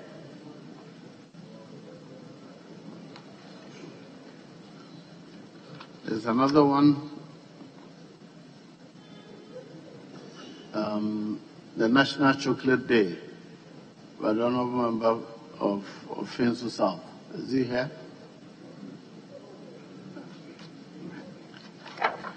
The third one is by the Honorable Member for North Tong. Yes, you may read your statement now. Mr. Speaker, yes, I would want to plead that I've just seen this statement from the Honorable Okujetu Ablakwa, and a cursory look at it suggests to me that is a very important statement, a well-researched statement, and I will plead, if he doesn't mind, that we maybe do it tomorrow and get maybe the Minister for Labor to be here with us. Sometimes when statements are made and we have no input from the relevant ministers, we are left to fun. We would want some response from the Minister, and if there are gaps that need to be filled, then we can point them out. I think it's a better way of handling statements than letting the member just read a statement and nothing comes out of it. So if he doesn't mind, I think that would be a better way of doing it. And then we should use the occasion to inform the minister. So he will have a look at it. If there's anything that has been done about youth unemployment, he will come to respond. If there are gaps, as a house, we can point them out to the minister. Mr. Speaker, that is my recommendation. Yes, available leader. Mr. Speaker, I've consulted my colleague and he has agreed to the proposal put forward by the majority leader. So I think you can go by his suggestion so that we'll liaise with the minister, so the minister will be around to listen to the statement so that members can also contribute and then some referral will be made so that we can take it from you. Thank you very much.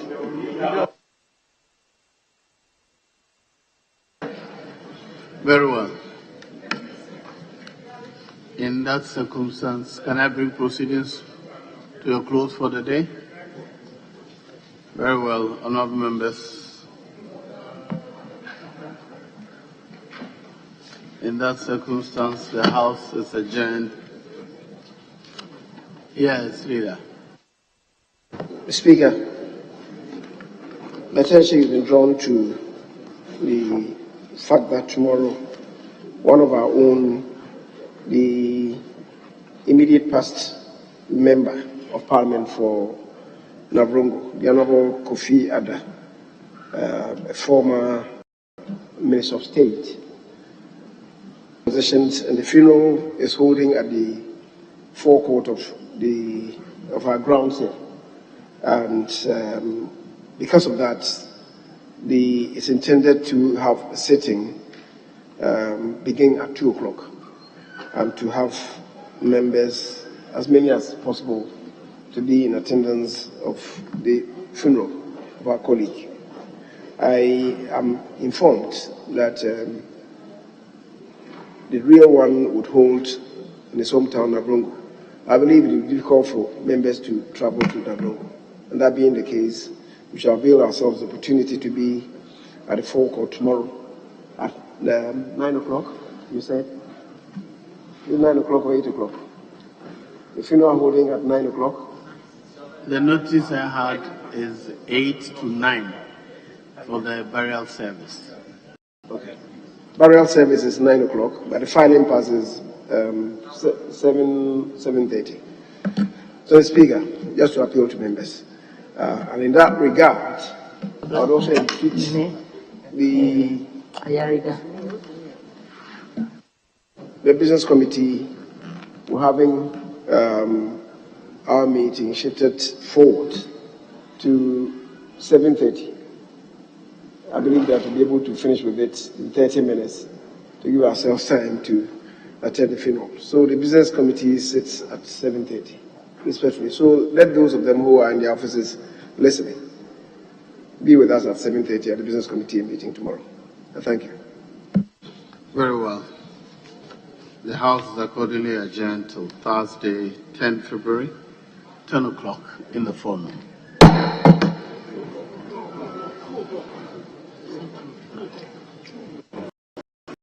Sitting is 2 o'clock? Yes. No members, I'm corrected. Sitting is adjourned till 2 o'clock in the afternoon.